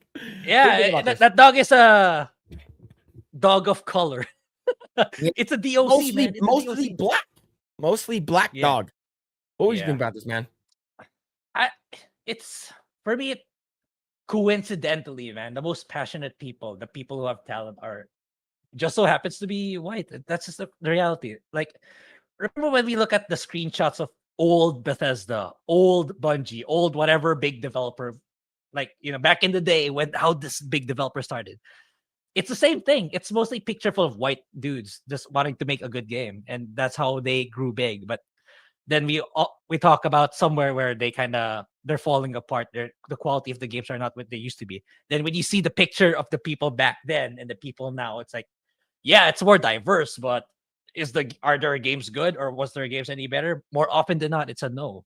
Mm-hmm. So it's just a coincidence. It's not a matter of like, oh, it's just they're only choosing white people here. It's such a stupid argument. We're so tired of this. Now, so it's like, go ahead, sorry. Like, sorry. It's like you could, whenever you're like example, you and me, Phil, like example, we're going to interview people to get into our, let's say we're making a game, like we're going to bring in people, to help out make our game. And it's super, super easy to filter them out. Like, it's really like, okay, what's your favorite game? Why do you like that game? It's so easy to find out if what they're saying is real or not. It's really is. Like, example, Phil's like, okay, what do you like about FF7 Rebirth? Like, if someone is bullshitting if just saying like generic shit. Oh, I like Cloud because of his blonde hair or something like that. You can immediately smell the bullshit. That's probably what happened when these people are forming the teams. Like, who are the real gamers and who loves video games, who loves to make a good video game. And I know that I've been watching the videos on the backstory of some of these people. Like, the writer was working for an investment bank who has no writing experience, but but managed to write the story of Claire Obscure simply because they like video games. It'll show, guys. If you like the video, if you like, or anything entertainment, if you like movies, if you like TV shows, it'll show the fact that you'll be able to articulate it, you'll be able to express it. And if you don't, you have no idea, you're just trying to get in because maybe you'll hopefully to get a job, it'll show. And it's just that these people that they assembled, they just really love video games. And the final product is Claire Obscure. So yeah, this is bullshit. This discourse is bullshit. Yeah, it's and here's the thing. It's also the same thing. Like when I had a talk with my friend about like whole racism shit. Like this dude's Hawaiian, right? So like, but he's like he's woke as they come, and he like I told him I was like there's a reason why I hate affirmative action. It's like you're gonna hire more black people or more people that you want to hire is because there's too much white people. That's stupid. Why don't just hire the best people for the job, right? Hire for merit. Like it doesn't really matter. And it just so happens that all of them are white, then so be it. I want as much money to be made as possible. And if so happens that everyone working there are dudes, everyone that's working there are white dudes, who cares, right? And the thing is that it's not, we have, some females here and there. I'm not sure if that lady is Asian or anything like that, but it doesn't really matter. The fact that they don't see black, right? So then my friend asks me, you'll hire a black guy, right? I'm like, well, is he the best person for the job or not? Yeah. And I was like, if this person is the best person for the job, I will hire whoever it is. I don't care who it is. Now, if this person is an agenda-driven person, then that's completely different. But we're talking about the best person for the job, right? So, of course, that's not just it. There's another person. There were more than 33 developers. The Asian who worked on the game are not highlighted. A person of color reported being rejected for a developer position, which is inevitably gets people talking. The game itself doesn't really follow the woke codes, with radicalized characters highlighted as well as their teams and photos. This appeals to fascists and is politically exploited by racist video game fans for their anti-diversity. Anti-diversity. That's crazy, man. Anti-diversity wasn't like your torch raging why there's so many black people at the start of the game. Right? Because like in the start of the game, there's a huge crowd, right? And there's like black people, and your torch was angry. Oh, this game is woke. So many people of color in this game. So immediately your argument is, diminished. Yeah, man. Now, Reludated will prove me wrong. Yeah, yes. Look, I guarantee you, Reludated it's all about white people. The white people make the game too. That's just how I feel, because they're just trying to cater to the black people. I don't know. Maybe I'm wrong. I could be wrong, right?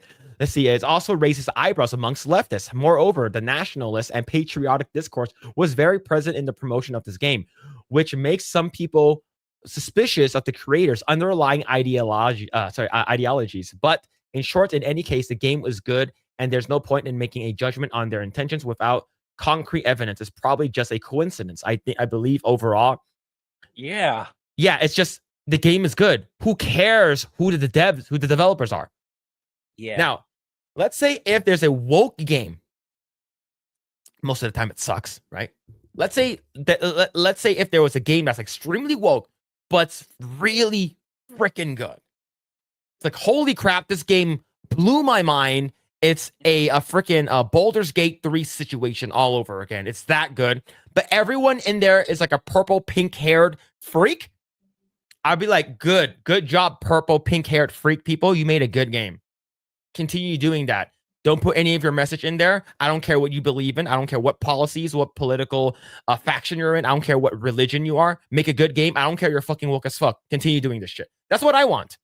Yeah. But as of right now, we haven't gotten that. We haven't seen any of that. Yep, exactly. Yep. But yeah, man. So these people are mad. So here are some texts. Basically, when I was finishing my studies, a friend and I, who isn't French and racialized for the record, would go around studios in Montpellier. I'm probably saying that wrong. To hand out cover letters. When we arrived at Sandfall, those nasty bastards just yelled at us, saying they're not recruiting, and anyway, they don't take juniors, and they threw us out without taking our cover letters. Nobody actually take physical cover letters or resumes anymore. Just letting you guys know, we don't do that shit anymore. You don't go fucking knock on the door of Disney's like, here's my resume. Can you hire me? They don't do that shit anymore. That's why they shooed you away. Now, hiring juniors, they probably already had the people. Yeah. They probably already had the people that they hired already. So it doesn't really make sense. Go ahead. And for the Philippines perspective, I think some people still do. And especially those who are really desperate for a job. They kind of do that. And they go around commercial districts, business districts, and pass the resume per building. But it's it's like trying to shoot in the dark. Maybe you'll get a bullseye. That's how you should treat it. Not like you don't go in there like, oh, I'm gonna go into the office, make the effort, go to the office, print this, and give it to them. It's not. It's like expect a 1% chance that they'll accommodate it. They'll get it, sure, but they'll probably just put it in their locker or something. That's it.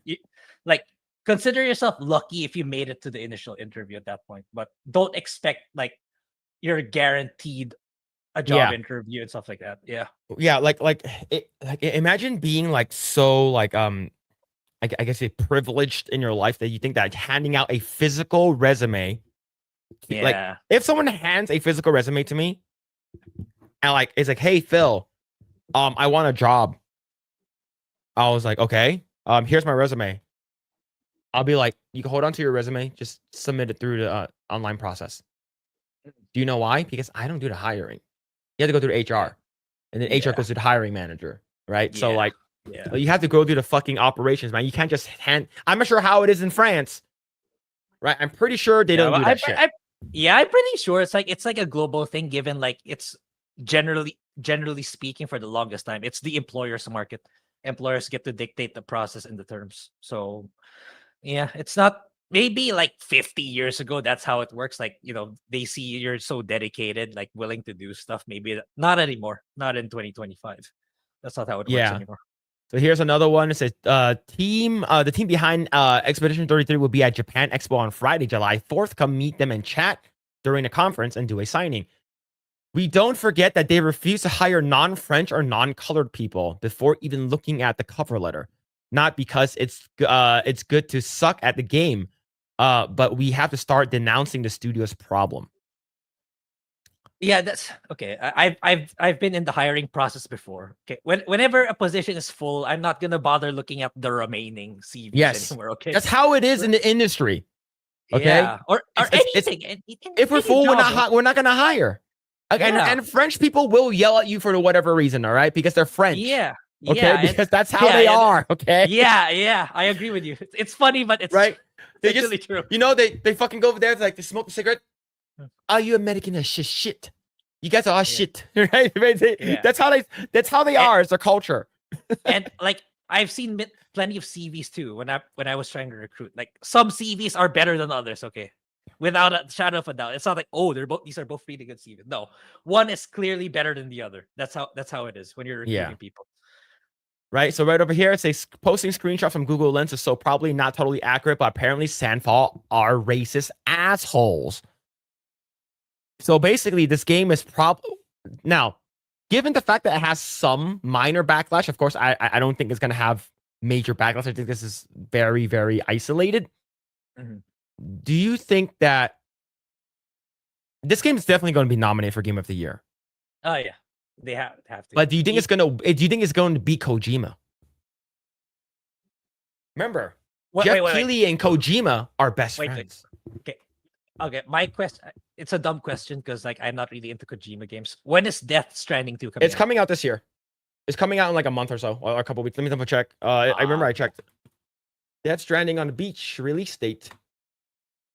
Yeah. It is coming out June 26th, end of the month. Oh. The same day I'm getting my Switch too. Okay. Yeah, it's okay. It's gonna be between that and this one. Absolutely. In Jeff Keighley's show, absolutely. It's like best graphics, Death Stranding 2, best sound. It's gonna be The Last of Us Part 2 again. If you are a baguette, you are toast.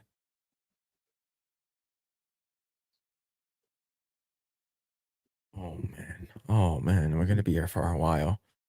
Oh man, but yeah, I agree with you. I think Death Stranding 2 is probably gonna get nominated for every category it can get nominated for. The reason why I asked this, I don't know. If it's like very late in the year, I can see Clear Obscure getting the limelight more. But if it's coming out now, like I can see this is probably the mindset of Jeff Keighley. Oh shit, I gotta put Clear Obscure there, even though I want Death Stranding 2 to win it. That's probably his mindset. Yeah.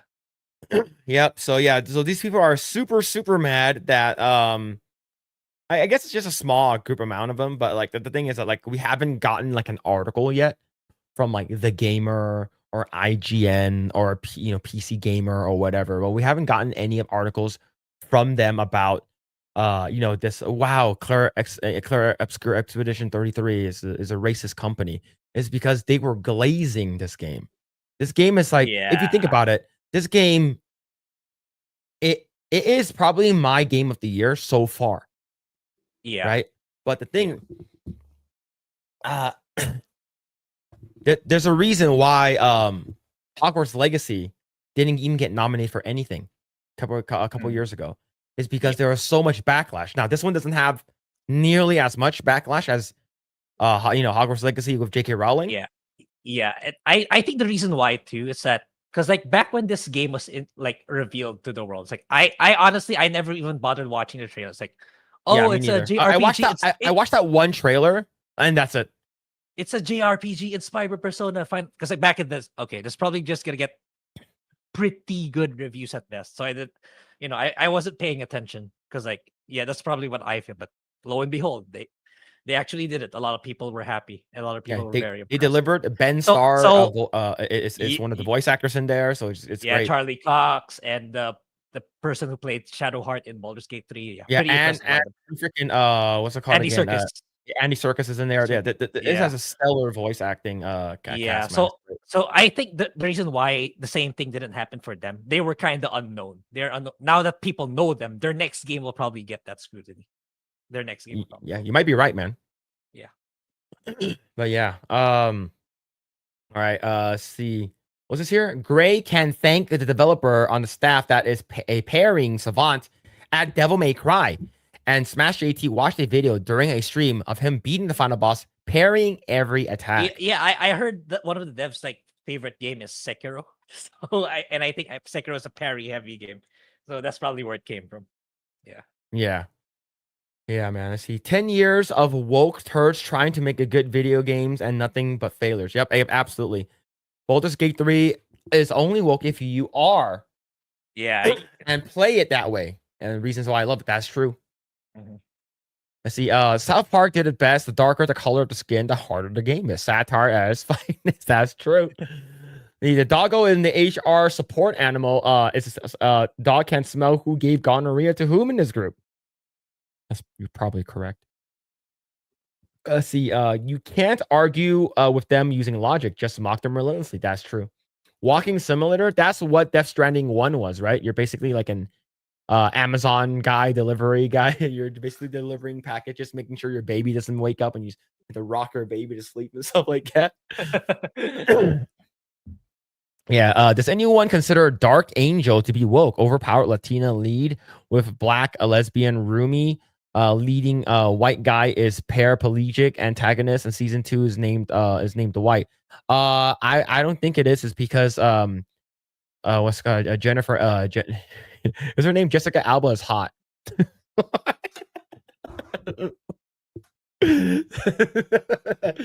Oh fuck, man. Dark Angel, holy shit, man. Yeah, I don't think whatever that movie, I don't think they were preaching woke politics even then with the demographic. Here's the thing. The characters in this show are not ugly. Right? And I believe Jensen Ackles is also there. And yeah, Jensen Ackles. You have the black girl is pretty cute. And Jessica Alba's hot. So if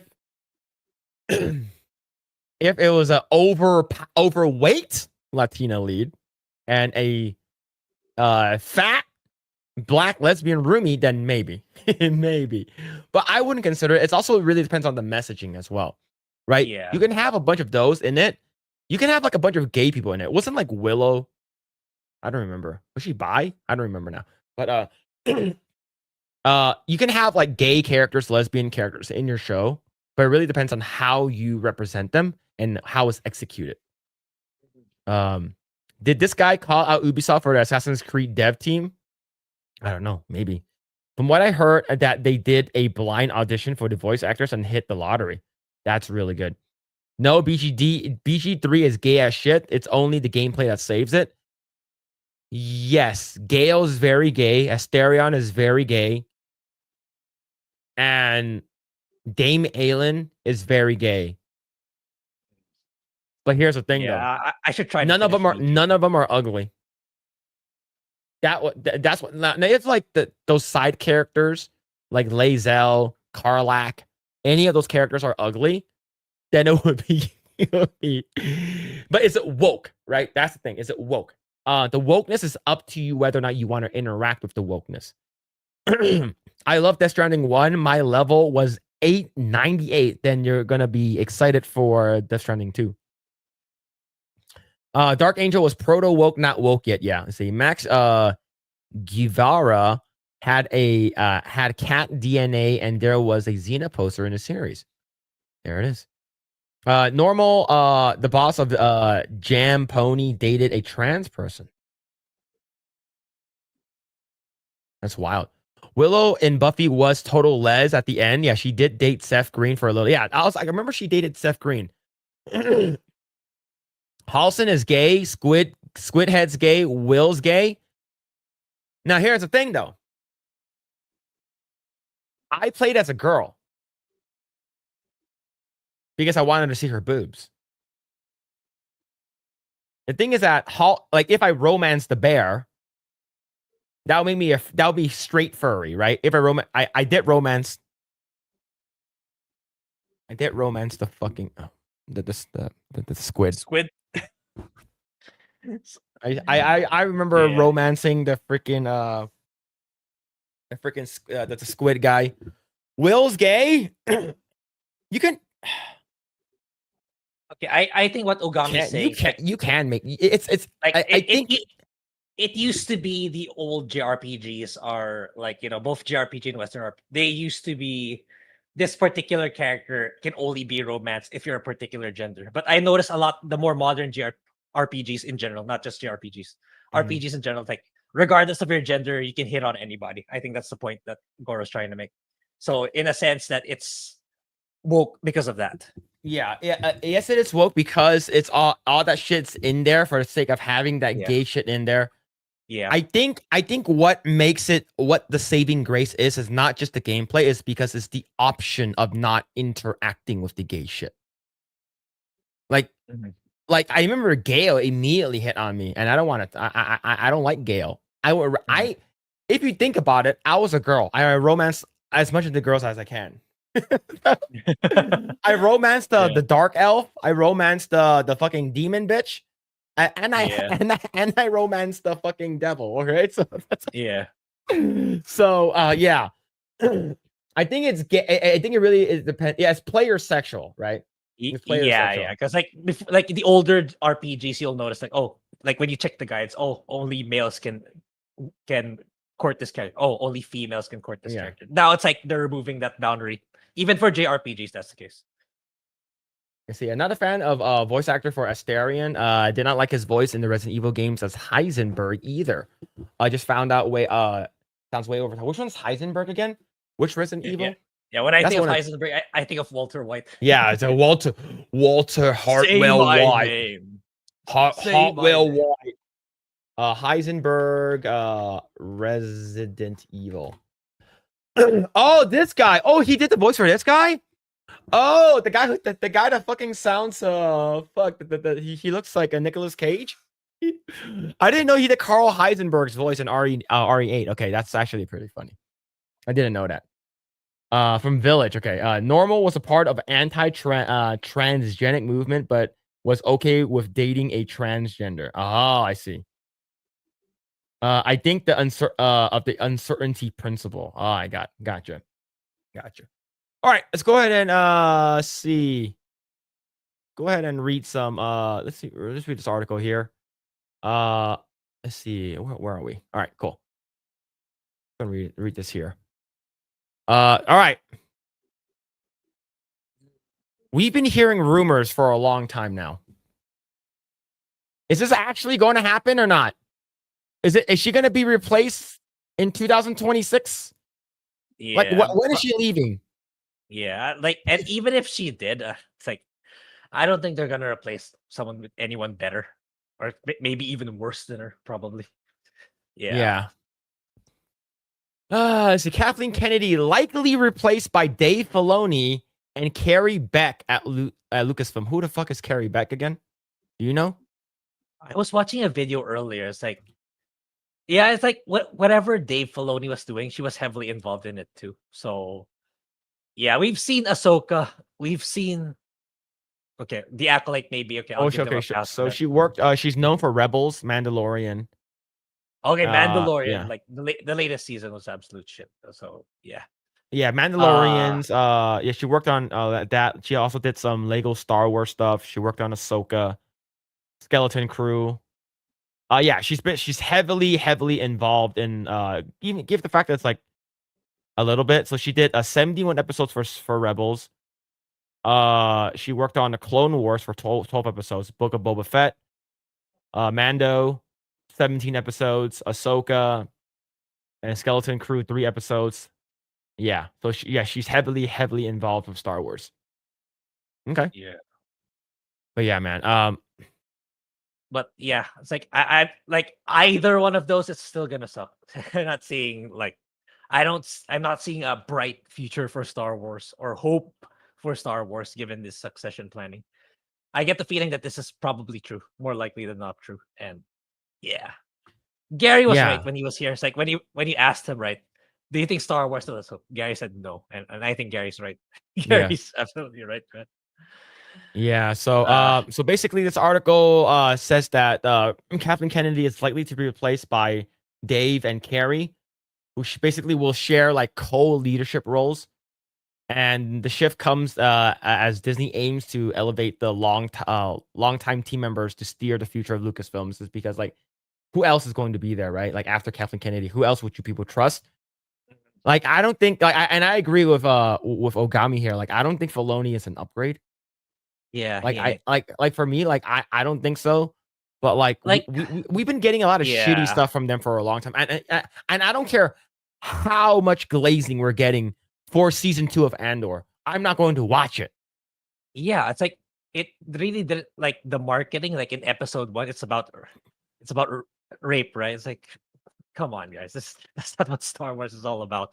And it's like I'm starting to notice, like as we keep covering these kinds of things, like I notice a lot of, especially in the creatives industry, people taking credit from previous work more than they should have. Like Dave Filoni kind of reeks of Neil Druckmann, the Neil Druckmann of Lucasfilms, right? Guy taking too much credit when he wasn't supposed to get that much credit. That's because like he worked on what was that, Clone Wars, right? He worked with George Lucas on that one. So I think he rode off too much in that one. With the same way that Neil Druckmann rode too much in The Last of Us in all the prior games. It was actually his peers that did the heavy duty, not them. So when it came to the point that they were entrusted with it, they started going ballistic and doing whatever that they want just because they can. It's the same situation in the creatives industry. Yeah. Yeah, I don't think I think the only way for Disney to sort of like save Star Wars is you got to get rid of everyone there. Yeah, but we know that's not going to happen. Yeah, Bob Iger is too prideful for that. Like he doesn't even want to let go of a CEO seat because like he doesn't want to leave in a bad light, which will inevitably happen. Wasn't it? It's because he wants his restroom. He wants to take a shower. Yeah, he wants that. He wants that bathroom there. Okay. Yeah. All right, but yeah, man, it's like I have a feeling the reason why there's a resurgence in a lot of the old Star Wars things is because like people just like the fact that it's so bad. The current Star Wars is so bad that people are saying that the what's it called again? The prequels are like considered masterpiece compared to what we've gotten in the past like decade. And I couldn't agree more. Like I remember one person that I follow, he said that, I just rewatched Phantom Menace. It's actually not that good. Right? And and they're talking about the Duel of Fates part with freaking Darth Maul. And I'm like, so you're saying that this is not that good standalone, or you're saying that this is you think this is overhyped? because I know a lot of people hype that part up a lot. So I don't know, man. Like I don't think there's anything in Star Wars for me. Now, granted, I was never really a big Star Wars fan to begin with. Yeah. But there's nothing for me. Yeah, I don't care if Donnie Yen's in it. He dead. It doesn't matter. He's not. Yeah, they killed him off already. Yeah, he's already dead. He's blind and dead. Right. Yeah. So. Oh man, is there any what can save it for you? What can Disney Star Wars do that will bring you back into the fold? Like start fresh in it. Like it's a big wide universe. You start off somewhere new or in a new timeline where you don't talk about what happened in the past and starts fresh and focus on making good characters and build off from there. That's what I would do. Like far into the future or something like that, where maybe he can refer to the past here and there for Easter eggs, but that's about it. That's the only way. And bring in competent writers and passionate people, the legit passionate people, not the Wookiees. So for me, that's the only way. And then, start making the games, start making the TV shows based off that, and then build the foundation from there. That's the only way. And as you say, you gotta axe the existing people there. Otherwise, nothing. That's just gonna happen. Yeah, man. It's I to be honest, it's like hearing these news and just like, okay, sure, whatever. I don't think it's gonna do jack shit, right? But yeah, man, it's wild. Let's see. What's this here? See, it's the 40th anniversary of Goonies, and it was trippy seeing Kathleen Kennedy in the credits of Steven Spielberg. Yep, that is very true. And speaking of Goonies, Tree Bear, one of the people that hangs out in the Geeks and Gamers locals chat a lot, and he's been putting out a lot of crazy art.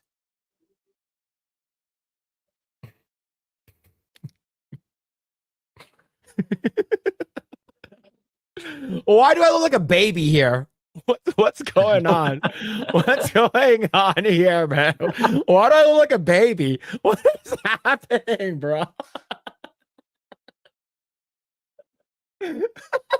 This is crazy, man. This is actually crazy. So you have Jay down over here. Yeah. You got Beardo, you have myself, you have Ryan, Jeremy, Krista, Steph, and X-Wing. And X-Wing. Yeah. Oh shit, bro. Oh my god, man. What's happening? This is actually really good though. He's been putting a lot of really like hilarious like images, man. Yeah, they make J. Oh man. Do you know what? Just because of this, I will finally watch The Goonies. And it's also for Jay. I've never watched The Goonies. And Jay is probably disappointed in me and probably saying that you're not my Asian son anymore. So yeah, I probably should watch Goonies, man. Oh shit. What's this here? If the dudes are trying to bang you, you shouldn't flirt with them. I had no issues. What? Oh shit, man. Filoni's Clone Wars did a lot of damage to the Star Wars lore, in my opinion. Bringing Maul back was a huge mistake, and Ahsoka should have not survived, and it played such an important part. Yeah, maybe. I see the duel between Darth Maul and Obi-Wan was actually slowed down because the two actors were going too fast for George, if I can recall. Yeah, I believe I saw that. Episode 1 is awful. There's about 30 minutes of actual story. Yeah, if you don't care about pod racing, yeah. Probably. Yeah. Big segment of the movie was the pod racing, yeah. Yeah, see, Ahsoka was the best fleshed out character, a Star Wars character, to come down the pike since the original trilogy. That Filoni had the large hand, and that gives him a certain amount of leeway with me. Okay, I respect that. Disney Kennedy film can't be trusted to make anything that is true Star Wars. I agree. The Goonies was absolute dog shit. That's subjective. I need to watch it, man. I need to watch it. Yeah, dang, they made Jade old lady. Yeah, man. Do that ASAP. Yeah, I need to watch Goonies. Like the fact that like there's so much like Jay visited the house in Oregon before they shut it down. Like I need to watch all that, man. I hadn't seen Goonies until last year, and I loved it. I hated pod racing. Yeah, true. Pod racing wasn't a bad racing game. Pod racing, the game itself was I actually liked it. Yeah, I liked it. The one in N64, and I believe you can play it on Switch now. Yeah. You should stream your Goonies watch. Maybe How? just maybe Like on Rumble or something. Maybe the way Star Wars Theory does it, like he just shows him watching it, but you don't show the screen itself. If you want to do that sort of thing. I think that might be. I think for me. I think that might be lame. In my opinion. I'm not sure. Yeah, it's not something it's not something I would do. I would rather just make a scripted video to like how I normally do it. You see, I have as much respect for Mahler as the next guy that subscribed to him, but the pod race was absolute rubbish. I didn't like the now this is pod racing. No, just show you watching the movie. Isn't that weird? It's like I put a timer on the top. All right, cool, ready, set, go, and then you guys can watch like a watch along party kind of thing. I don't know, man. I think that works if you like have a really really huge following already. Yeah. Yeah, I don't think I have a big enough following for that, man. We're small people. Hunter's uncles made him watch Goonies during their special time. You can do a Discord watch party? Maybe. A long time ago, in a village of inbreds, the Goonies, that's my take. I wanted to look like it. I wanted to like it, but nothing happened. It's okay, man. You don't. It's fine. Skip the Goonies and watch Breakfast Club instead. I need to watch that one too. And I did watch Fast Time at Ridgemont High. For like that one scene that I only need to watch. Oh man, it's only one thing I needed to watch from that movie, and that was pretty good. It was pretty damn good. All right, let's see. Let's talk about this last topic here. Here we go. After Thunderbolts underperformed, Fantastic Four could be on track to disprove Marvel fatigue with massive start at box office. So this is it, guys. I heard that there were several crashes, according to some people on X. There has been some crashes on some cinema websites because they couldn't reserve their seats. Sure. Yeah, I watched Ryan's videos. Like, it's such BS. It's not because, if ever it did really happen, it's not because it was overloaded with people dying to watch Fantastic Four. It's probably just a tech issue on their back end. And yeah, I believe the projections are the initial opening. It's like projected to be 120 to 130 million. I don't think it's going to be that high. I don't even consider that high. Do you? It's like given the budget of the film, like shouldn't it be? I would think it should be higher if they want a good return for it. Anyway, yeah. I don't know, but it's like what I still find fascinating about Fantastic Four. Like this is the IP that got a shit ton of chances to make it big in the movies, and they all didn't. They all keep failing, but they still keep trying for some reason. Like I have never seen an IP get that many chances to be in the cinema, but they never end up being good. Like it's like maybe once or twice, but then after the second time, if it's still not good, they would just bench it forever. Fantastic Four, for some reason, keeps getting that chance. They keep getting that chance to, okay, let's build something good from this IP, but nobody ever does it. Now, do you think that this movie is gonna do better than Superman?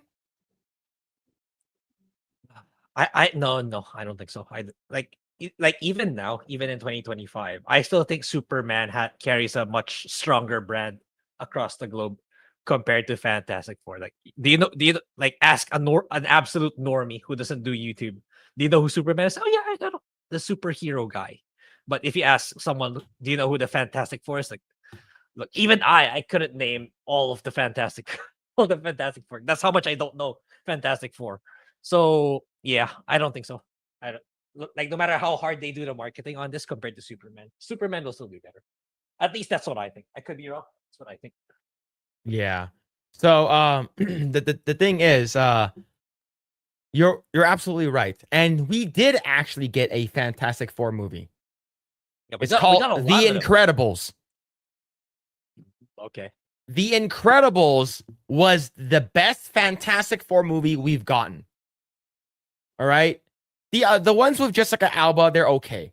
Right? They're okay. I did not watch Fan Four Stick. Yeah. It's like it's like the feedback for all the prior Fantastic Four movies. It's either, oh, it's shit. Oh, it's okay. It's like I never hear someone say, oh, it's really, really good. So it's like I'm not inclined to. But if people say it's a shit, why would I bother trying to watch it? Yeah.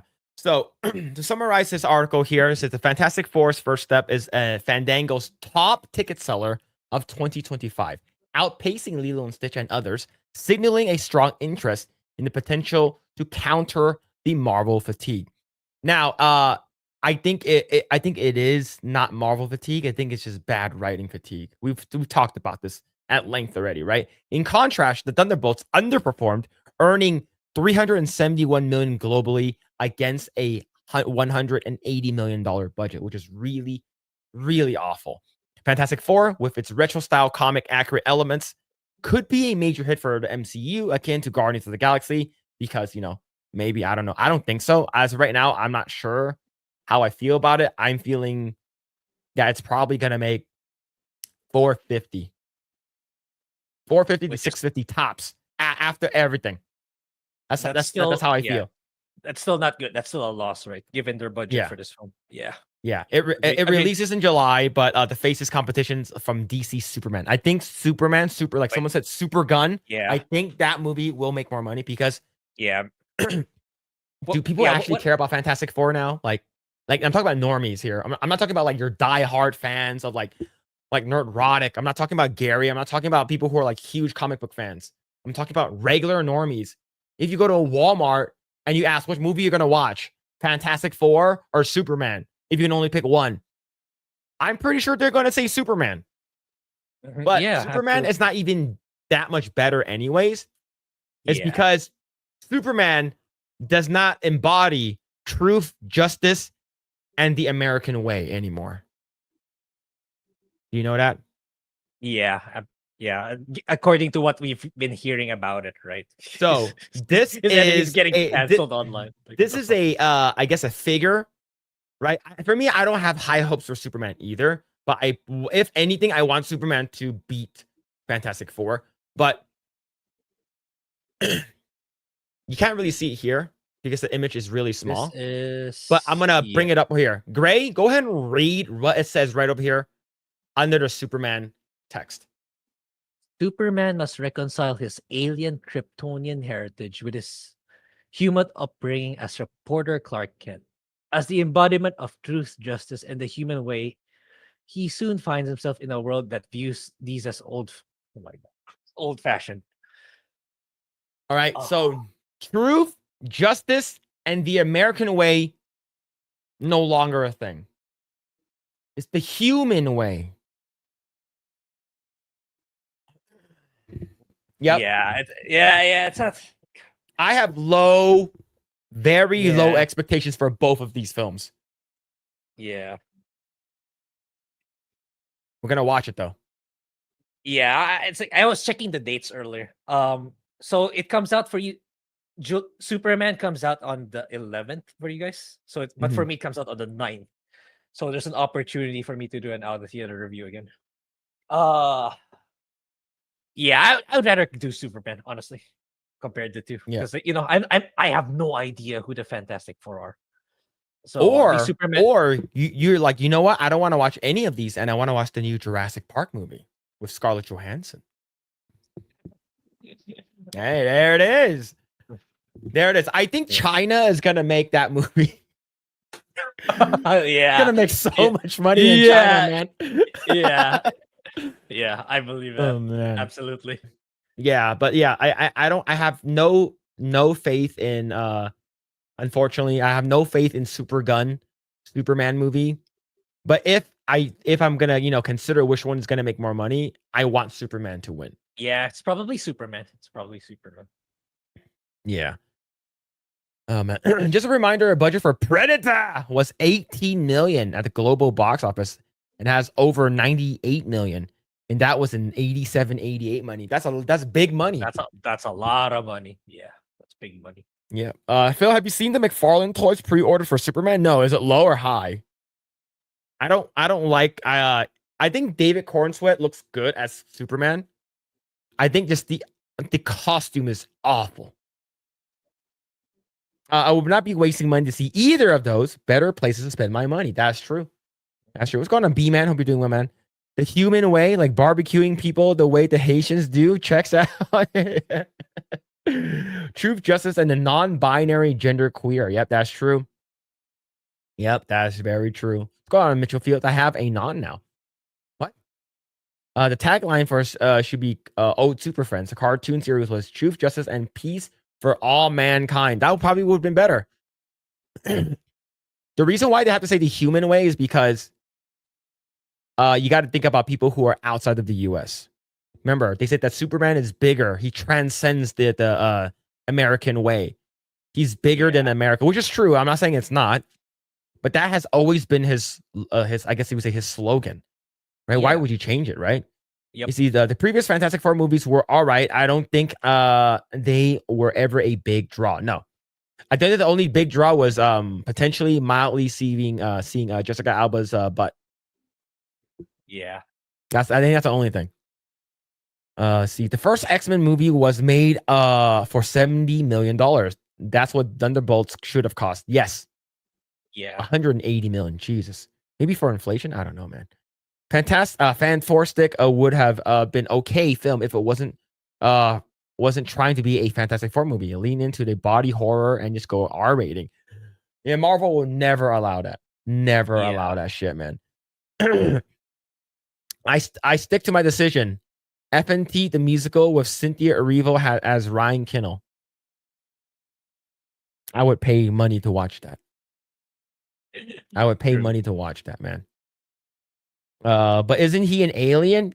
Yes. But the thing is that he didn't know he was an alien until he was a little older. So so basically he came here as a baby, and then his parents, didn't tell him if he was an alien until a little later when he's older. Well, Dad, why is all this shit happening to me? Why am I seeing all these girls' tits? What's happening? Why can't I see through clothes? Right? Of course, that's not actually what happened. But if I had those superpowers, I'll probably be what I'll be doing all the time. But he at the heart of Superman or Clark Kent, like he is a Kansas boy. But they removed him. He's not from Kansas anymore. Right? They moved him to fucking wherever that dick sucker was born. James Gunn. Yeah, but trust me, check them out. I got 3 emails about them. I'm on the email list. Oh, for the McFarlane's Superman. The pre-order. How do I look like? McFarlane.com. The toys look better. The toys do look better. Are you talking about this one? 7 inches. That's pretty long. I mean, big. 22 moving parts. It's okay. Looks all right. Looks all right. See, Woodrow Wilson said that the American flag is the flag of humanity. Lean into it. Yep. They don't want to do that, man. Jessica Alba was worth the watch. Goddamn right.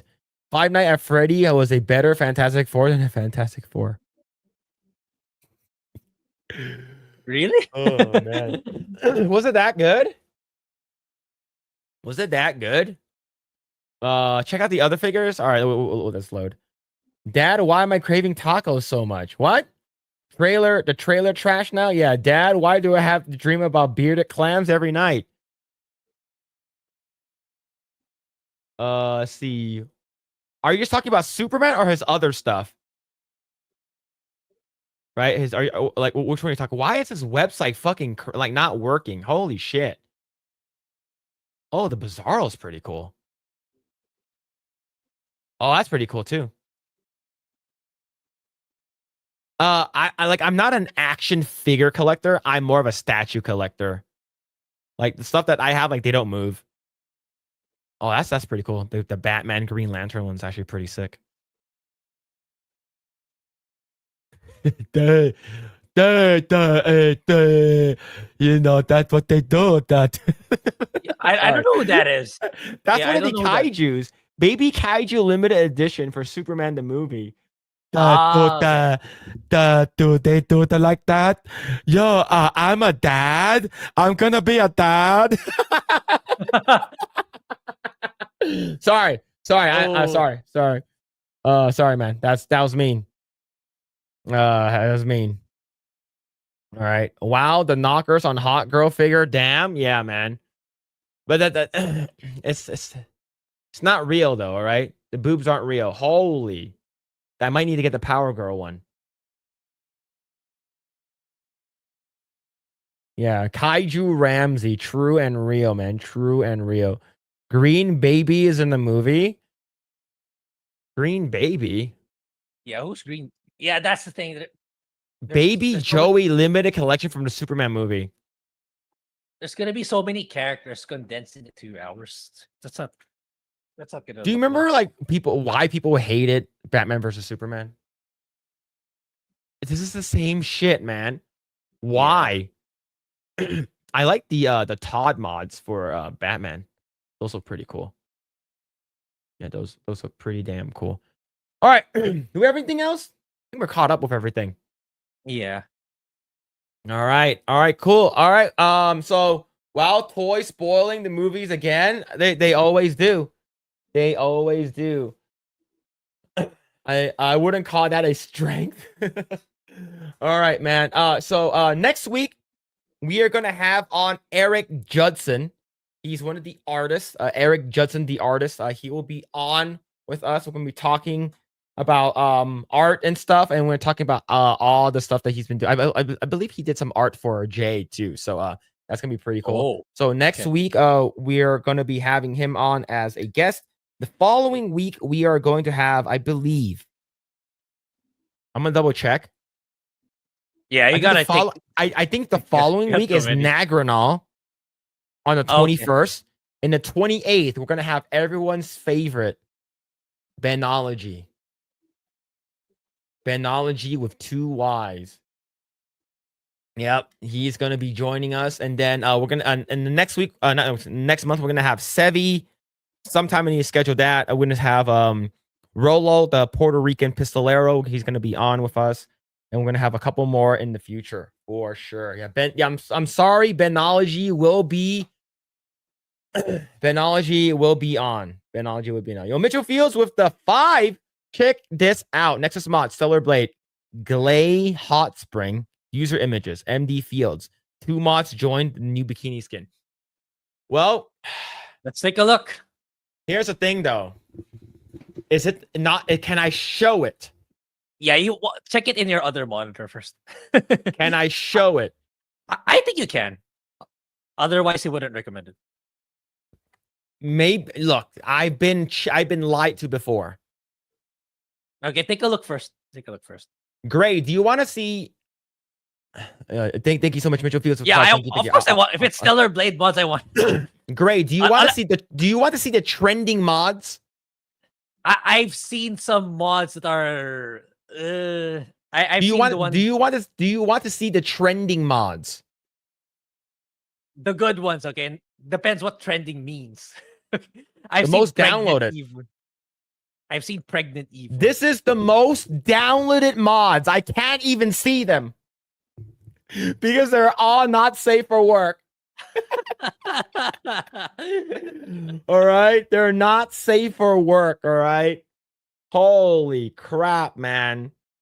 But yeah, all of them are not safe for work. Oh, we got a ultimate bunny costume. Oh, have you seen the Raven one in Nikkei? Yes, I haven't seen the animation, but I've seen it. Yeah, so what's that mod called again? It's called Gley Hot Springs. Is that what it's called? Gley, Gley Hot Springs.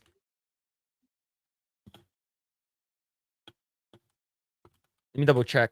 Gley Hot Springs.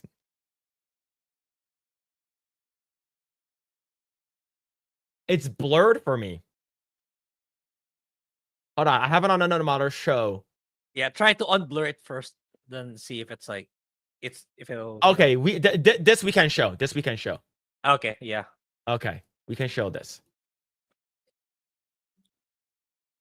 It's just a bikini mod. Yeah. Right, it's just a bikini mod. See, of course, it's censored down over here, but yeah, it's basically a bikini mod. Show. Not bad. Looks pretty good. Looks pretty good. Grae, are you ready? Oh yeah, you don't have your new stuff yet. Yeah. I'm waiting. I'm gonna have to wait it out for a couple of months. Man, I gotta do my Switch 2 first. Yeah. Let's see. Yo, Mad Frog with the 20. Thank you, man. Great stream, fellers. Yo, thank you, Mad Frog. Thank you. Thank you. Thank you so much, man. I really appreciate it. You're having Ben on the show? Here's the thing. Someone said we should have Benology on the show. All right. I forgot who it was. Someone said you should get Ben on the show. I'm like, all right. And he said yes. All right. Unfortunately, go to user images. How do I do that? I don't use Nexus mod often. User images. Oh, here it is.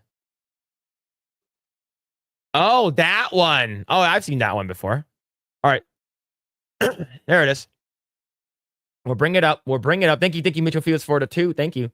So this one over here, the one that's actually on like social media, like the one that has like the spider web boob, the boob thing over there. Yeah, Glay Hot Spring Deathbringers, and they basically this is what they have. Yeah, these mods are going crazy, man. These mods are going crazy. Yeah, you're gonna have an unlimited supply of mods for this thing. Why not get his sister on? I don't think that's gonna be possible. I don't think it's gonna be possible. But I do want to share one last thing before we call it a night.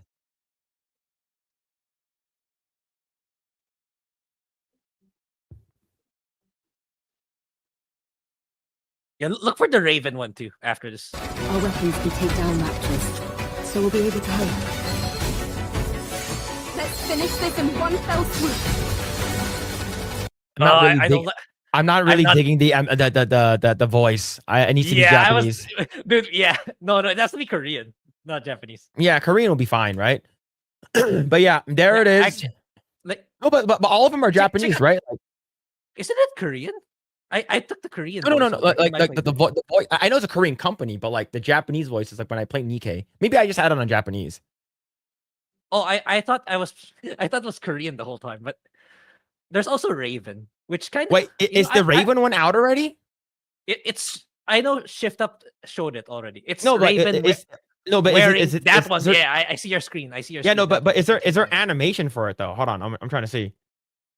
Is there like, do you see her full burst? I'm trying to see it. Jesus. Hold up. Yeah, I have a theory with Raven already. Actually, ever since I finished Stellar Blade in PS5. So what do you think about her her outfit? It looks great, but I like Raven's better. Jesus. All right, so Raven, this is Ravens. No, that's Eve. No, I'm bringing up a different one. Okay. This one's Ravens. Yeah, there's one where she's looking with the Midsummer Alice outfit. You know, it's like the fact that they're putting Raven on and not Taki and the others. I really, my gut is Raven is a playable character. She might even be the main character in Stellar Blade 2. I would go that far. I think so too. I think we're also getting Lily, but no one fucking cares about Lily. Yeah. Maybe you guys care. But my theory is Stellar Blade 2 is gonna be with the main character's Raven. Like it's more of like a redemption arc. Then she teams up with Eve. Yeah, that'd be pretty cool. So this is the Raven one. Damn. That one. Yeah, that one. Damn. Yeah, man, I'm looking forward to playing. Now here's the thing. I heard $60 for Eve on Nikkei. Nikkei. Oh, yeah, that's the thing about Nikkei. It's so expensive. Everything is so expensive. That's why I never shelled out any money for Nikkei. Everything is too expensive. Yeah, man.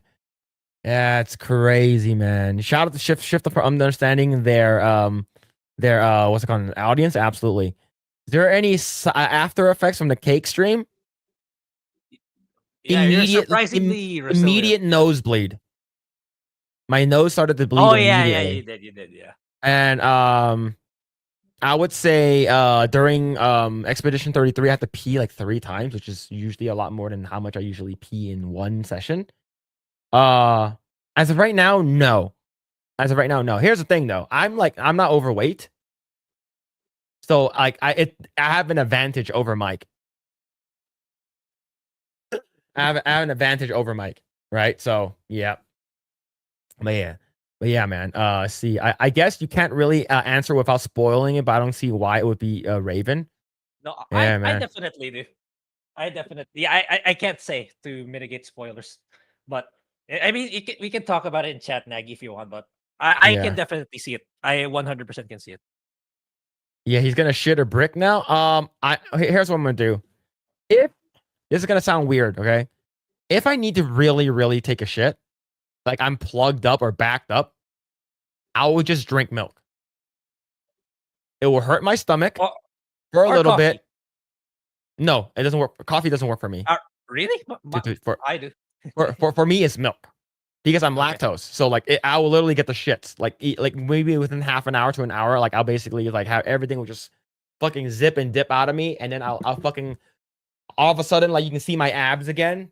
I just lost like 10 pounds shitting. He's got the sugar Fuda. Nope. Eat pitted prunes? No, I hate prunes.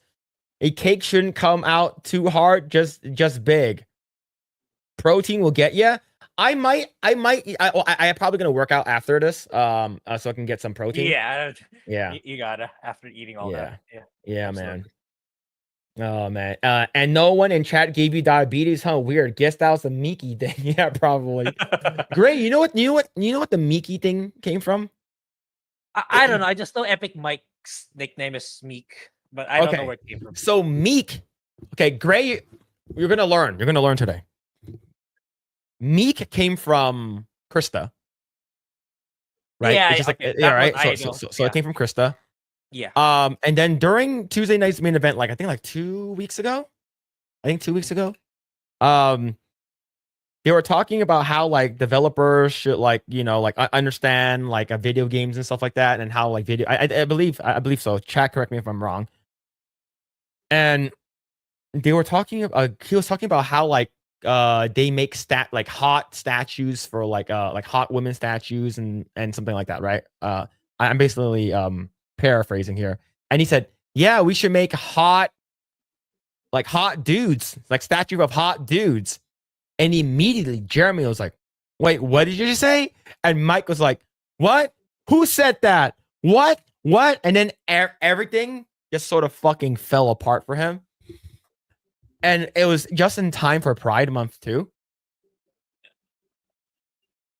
So it was a bad day for Mike. I can see it. And then came flooding in. Super chat just came flooding in. I've seen some clips. Hot guys for Miki is crazy, man. And basically they they use the name like a pet name, like a bedroom name, Miki, right? It's sort of like a gay thing. And then ever since then, we're talking about him, you know, since he has diabetes, he's lost a foot. So he's basically banging dudes with his stump.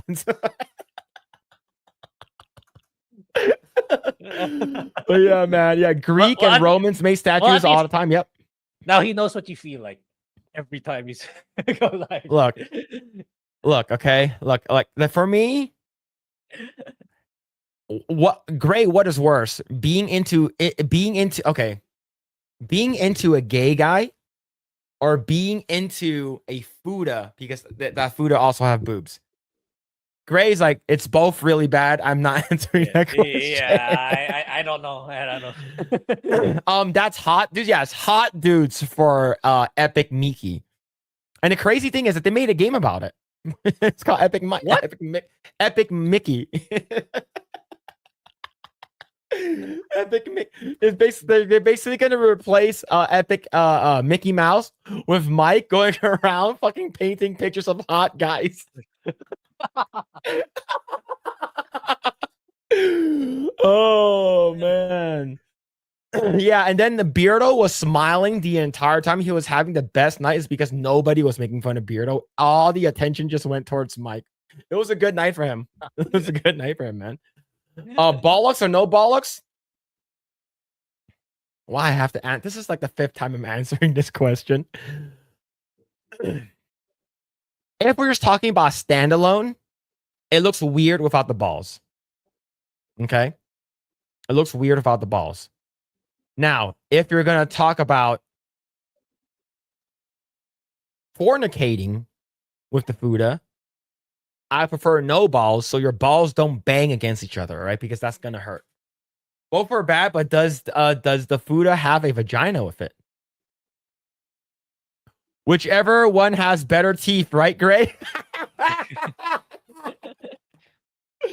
That is true.